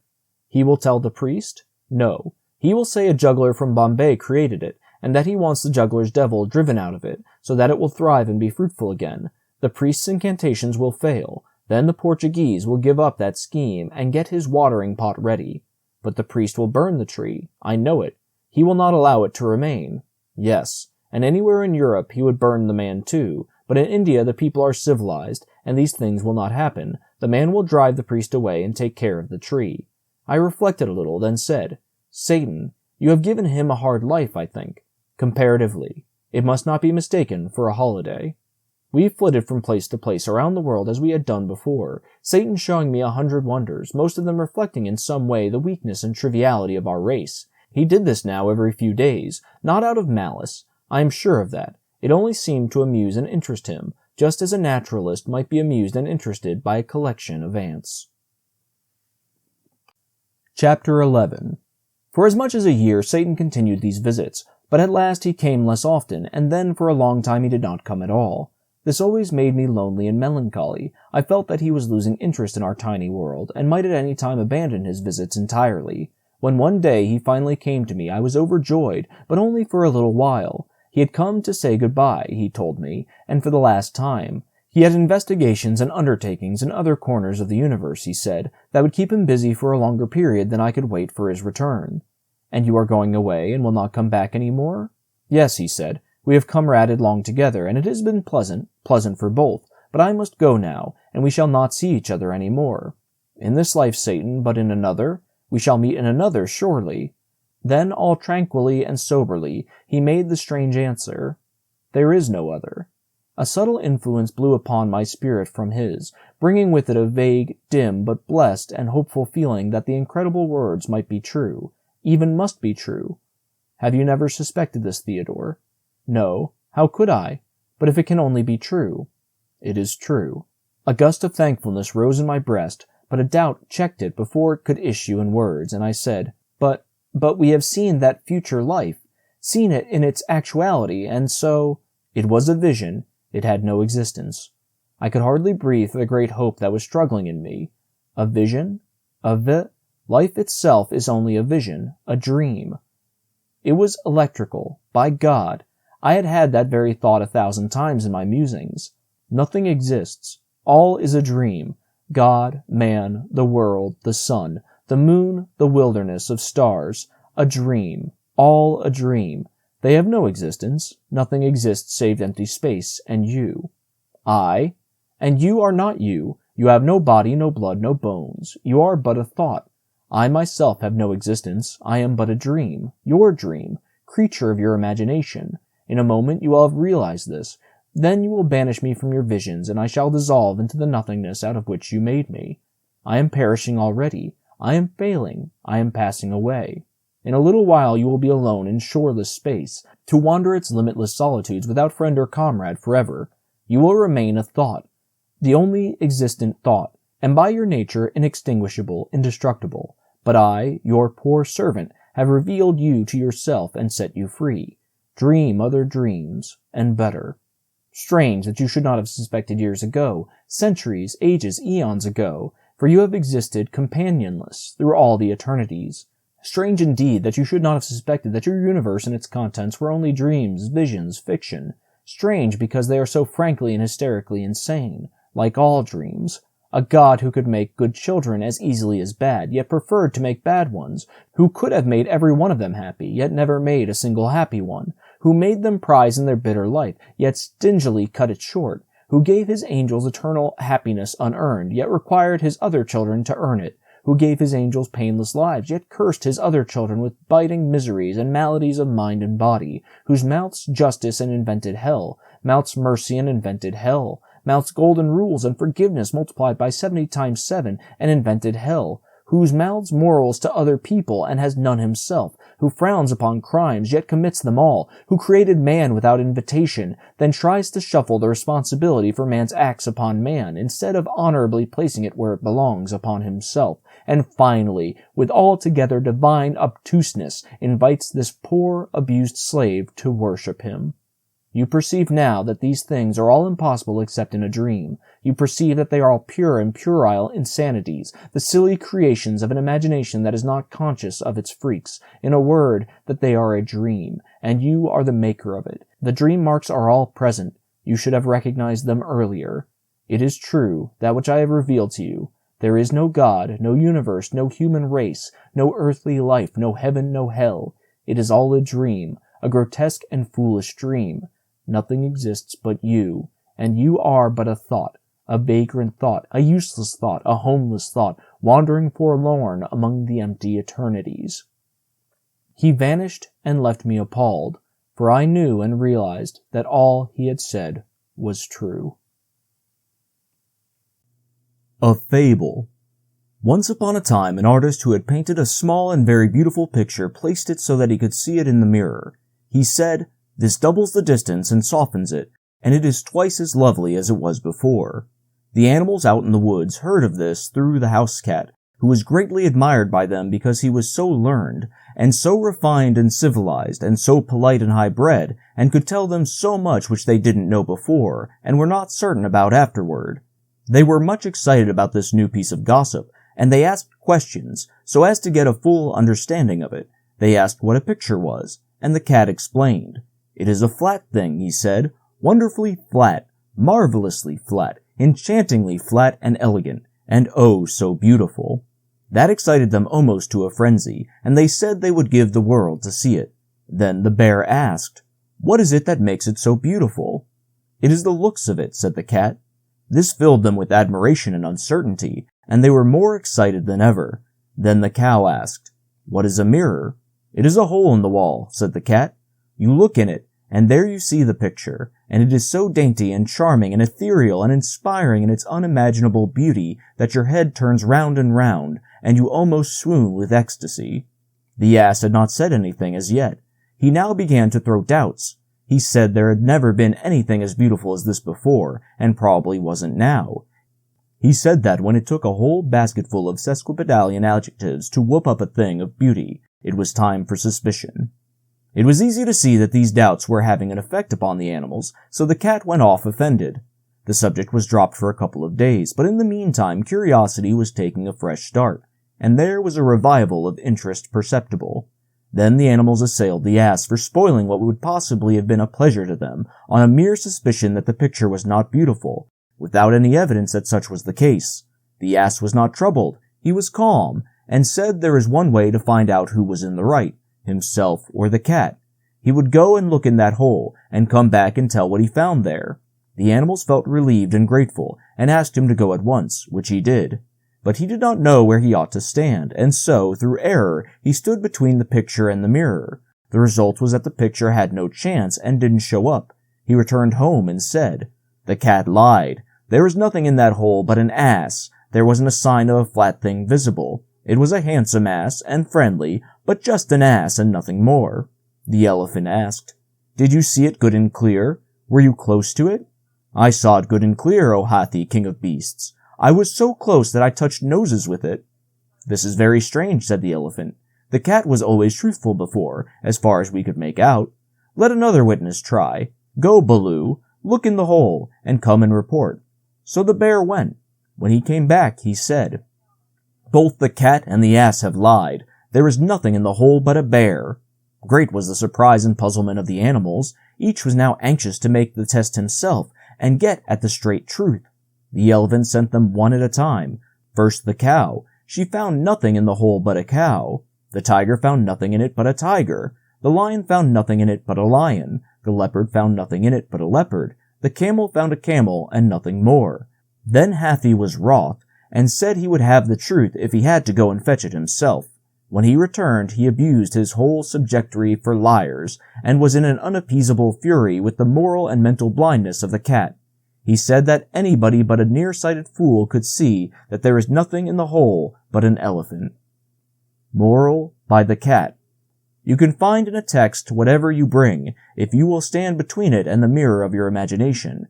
You may not see your ears, but they will be there. Hunting the deceitful turkey. When I was a boy, my uncle and his big boys hunted with the rifle, the youngest boy, Fred, and I with a shotgun, a small single-barreled shotgun which was properly suited to our size and strength. It was not much heavier than a broom. We carried it turnabout, half an hour at a time. I was not able to hit anything with it, but I liked to try. Fred and I hunted feathered small game, the others hunted deer, squirrels, wild turkeys, and such things. My uncle and the big boys were good shots. They killed hawks and wild geese, and such like on the wing, and they didn't wound or kill squirrels, they stunned them. When the dogs treed a squirrel, the squirrel would scamper aloft and run out on a limb and flatten himself along it, hoping to make himself invisible in that way, and not quite succeeding. You could see his wee little ears sticking up. You couldn't see his nose, but you knew where it was. Then the hunter, despising a rest for his rifle, stood up and took offhand aim at the limb and sent a bullet into it immediately under the squirrel's nose, and down tumbled the animal, unwounded but unconscious. The dogs gave him a shake, and he was dead. Sometimes, when the distance was great and the wind not accurately allowed for, the bullet would hit the squirrel's head. The dogs could do as they pleased with that one. The hunter's pride was hurt, and he wouldn't allow it to go into the game bag. In the first faint gray of the dawn, the stately wild turkeys would be stalking around in great flocks, and ready to be sociable and answer invitations to come and converse with other excursionists of their kind. The hunter concealed himself and imitated the turkey call by sucking the air through the leg bone of a turkey which had previously answered a call like that and lived only just long enough to regret it. There is nothing that furnishes a perfect turkey call except that bone. Another of nature's treacheries, you see. She is full of them. Half the time she doesn't know which she likes best, to betray her child or protect it. In the case of the turkey, she is badly mixed. She gives it a bone to be used in getting into trouble, and she also furnishes it with a trick for getting itself out of trouble again. When a mama turkey answers an invitation and finds she has made a mistake in accepting it, she does as the mama partridge does, remembers a previous engagement, and goes limping and scrambling away, pretending to be very lame, and at the same time she is saying to her not visible children, "Lie low, keep still, don't expose yourselves, I shall be back as soon as I have beguiled this shabby swindler out of the country."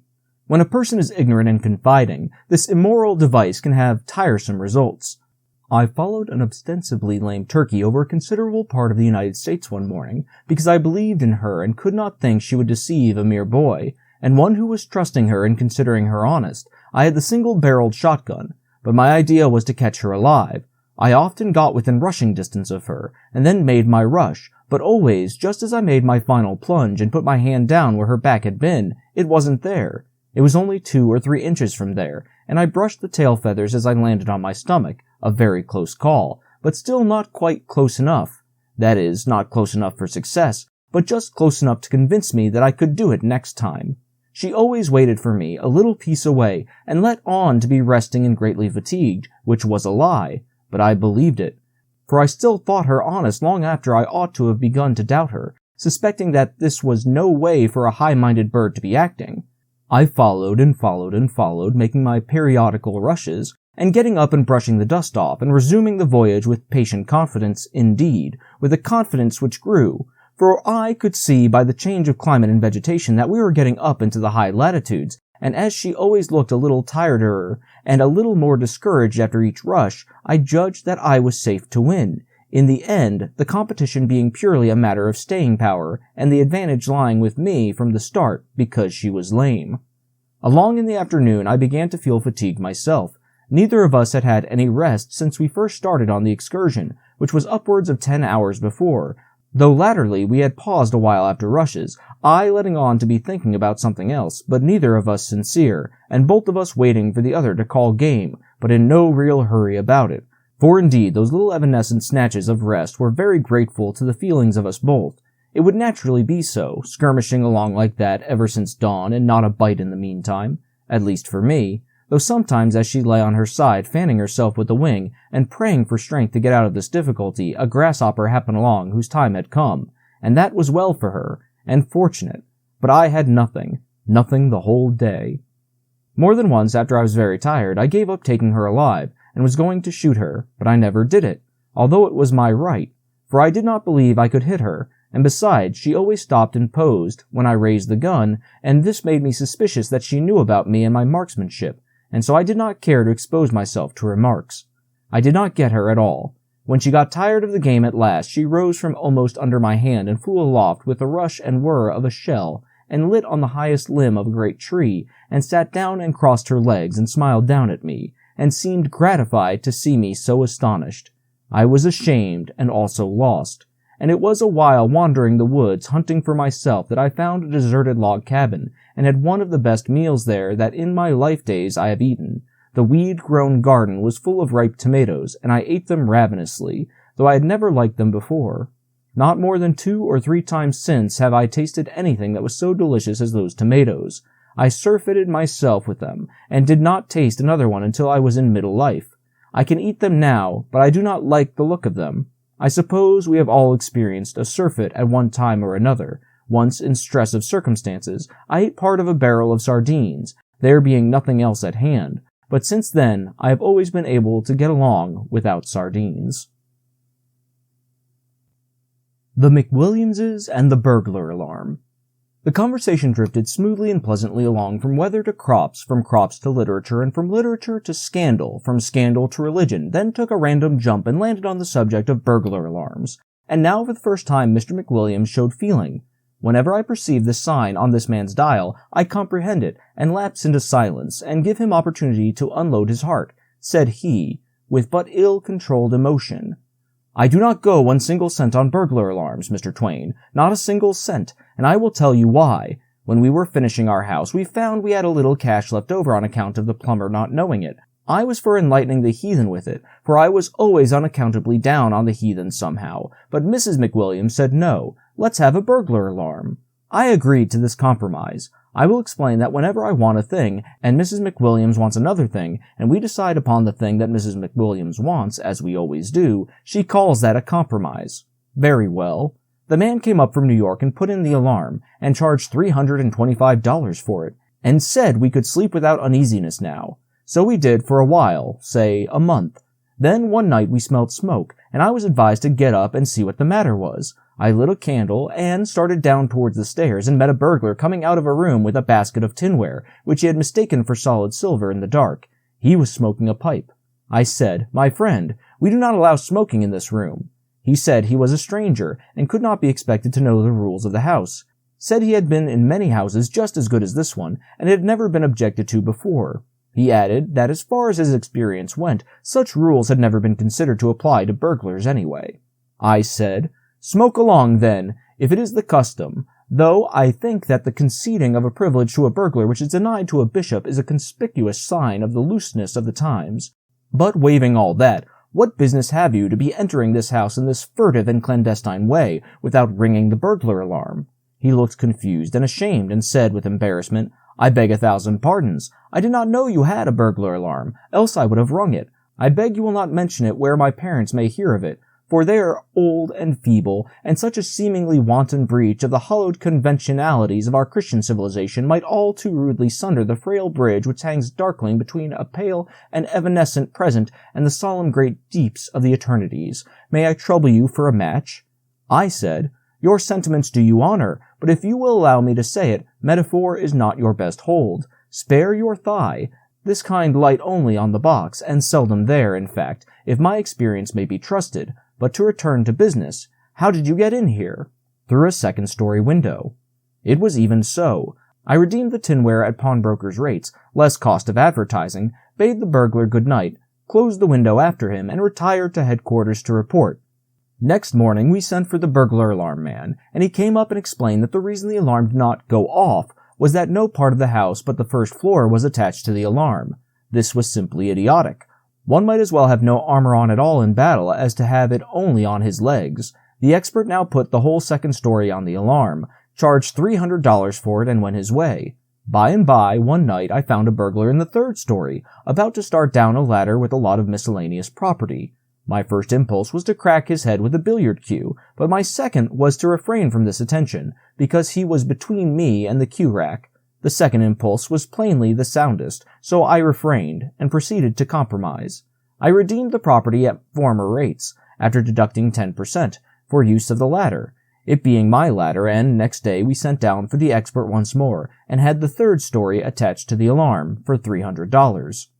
By this time, the annunciator had grown to formidable dimensions. It had 47 tags on it, marked with the names of the various rooms and chimneys, and it occupied the space of an ordinary wardrobe. The gong was the size of a washbowl, and placed above the head of our bed. There was a wire from the house to the coachman's quarters in the stable, and a noble gong alongside his pillow. We should have been comfortable now, but for one defect. Every morning at 5, the cook opened the kitchen door, in the way of business, and rip went that gong.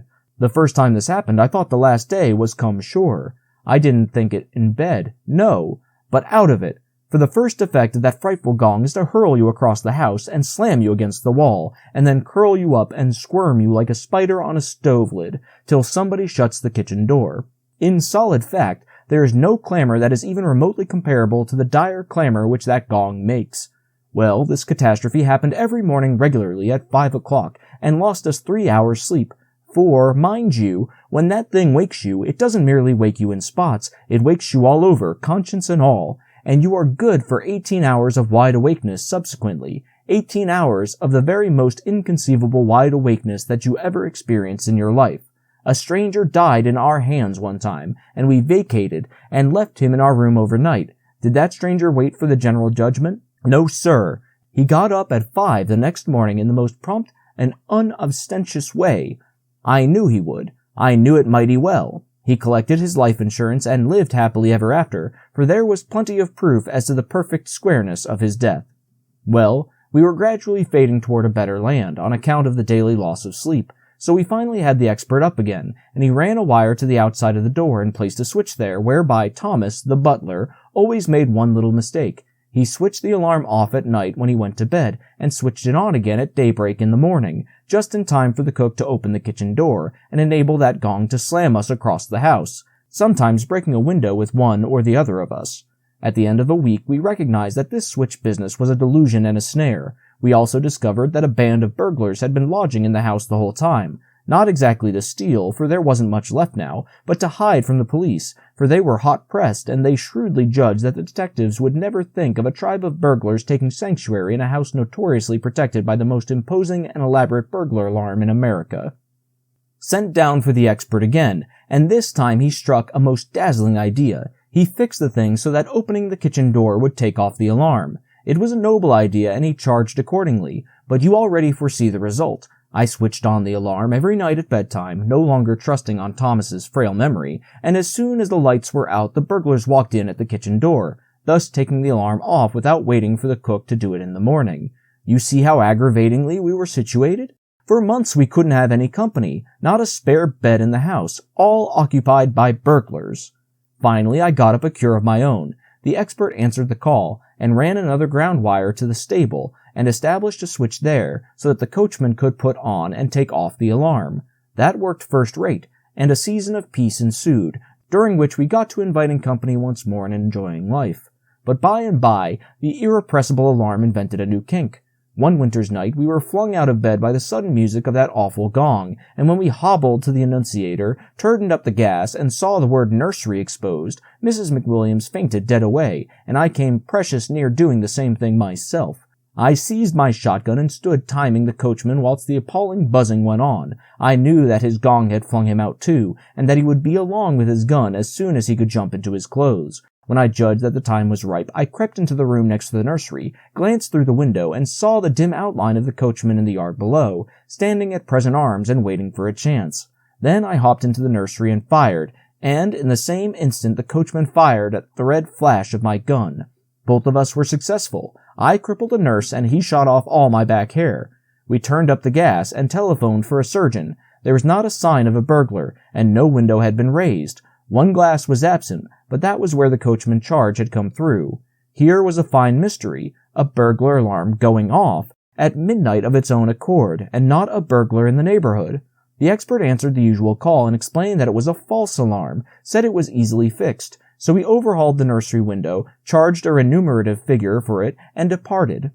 What we suffered from false alarms for the next 3 years no stylographic pen can describe. During the next 3 months, I always flew with my gun to the room indicated, and the coachman always sallied forth with his battery to support me. But there was never anything to shoot at, windows all tight and secure.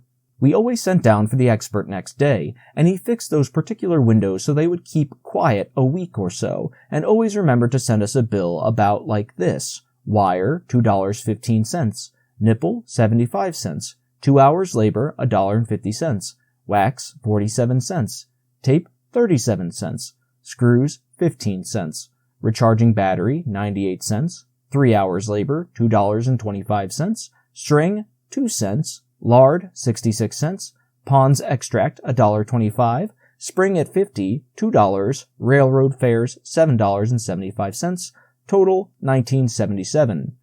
At length, a perfectly natural thing came about.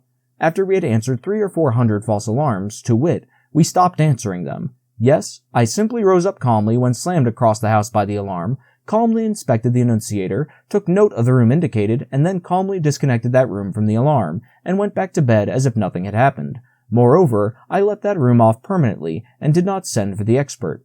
Well, it goes without saying that in the course of time all the rooms were taken off, and the entire machine was out of service. It was at this unprotected time that the heaviest calamity of all happened. The burglars walked in one night and carried off the burglar alarm. Yes, sir, every hide and hair of it, ripped it out, tooth and nail, springs, bells, gongs, battery, and all. They took 150 miles of copper wire. They just cleaned her out, bag and baggage, and never left us a vestige of her to swear at. Swear by, I mean. We had a time of it to get it back, but we accomplished it finally, for money. The alarm firm said that what we needed to know now was to have her put in right, with their new patent springs in the windows to make false alarms impossible, and their new patent clock attached to take off and put on the alarm morning and night without human assistance. That seemed a good scheme. They promised to have the whole thing finished in 10 days. They began work, and we left for the summer. They worked a couple of days, then they left for the summer, after which the burglars moved in and began their summer vacation. When we returned in the fall, the house was as empty as a beer closet in premises where painters have been at work. We refurnished and then sent down to hurry up the expert. He came up and finished the job and said, "Now this clock is set to put on the alarm every night at 10 and take it off every morning at 5:45. All you've got to do is to wind her every week and then leave her alone. She will take care of the alarm herself." After that, we had a most tranquil season during 3 months. The bill was prodigious, of course, and I said I would not pay it until the new machinery had proved itself to be flawless. The time stipulated was 3 months, so I paid the bill, and the very next day the alarm went to buzzing like 10,000 bee swarms at 10 o'clock in the morning. I turned the hands around 12 hours, according to the instructions, and this took off the alarm. But there was another hitch at night, and I had to set her ahead 12 hours once more to get her to put the alarm on again. That sort of nonsense went on a week or two. Then the expert came up and put in a new clock. He came up every 3 months during the next 3 years, and put in a new clock. But it was always a failure. His clocks all had the same perverse defect. They would put the alarm on in the daytime, and they would not put it on at night. And if you forced it on yourself, they would take it off again the minute your back was turned. Now there is the history of that burglar alarm. Everything just as it happened. Nothing extenuated and not set down in malice. Yes, sir. And when I had slept 9 years with burglars and maintained an expensive burglar alarm the whole time, for their protection, not mine, and at my sole cost, for not even a cent could I ever get them to contribute. I just said to Mrs. McWilliams that I had enough of that kind of pie, so with her full consent I took the whole thing out and traded it off for a dog, and shot the dog. I don't know what you think about it, Mr. Twain, but I think those things are made solely in the interest of the burglars. Yes, sir, a burglar alarm combines in its person all that is objectionable about a fire, a riot, and a harem, and at the same time had none of the compensating advantages, of one sort or another, that customarily belong with that combination. Goodbye. I get off here.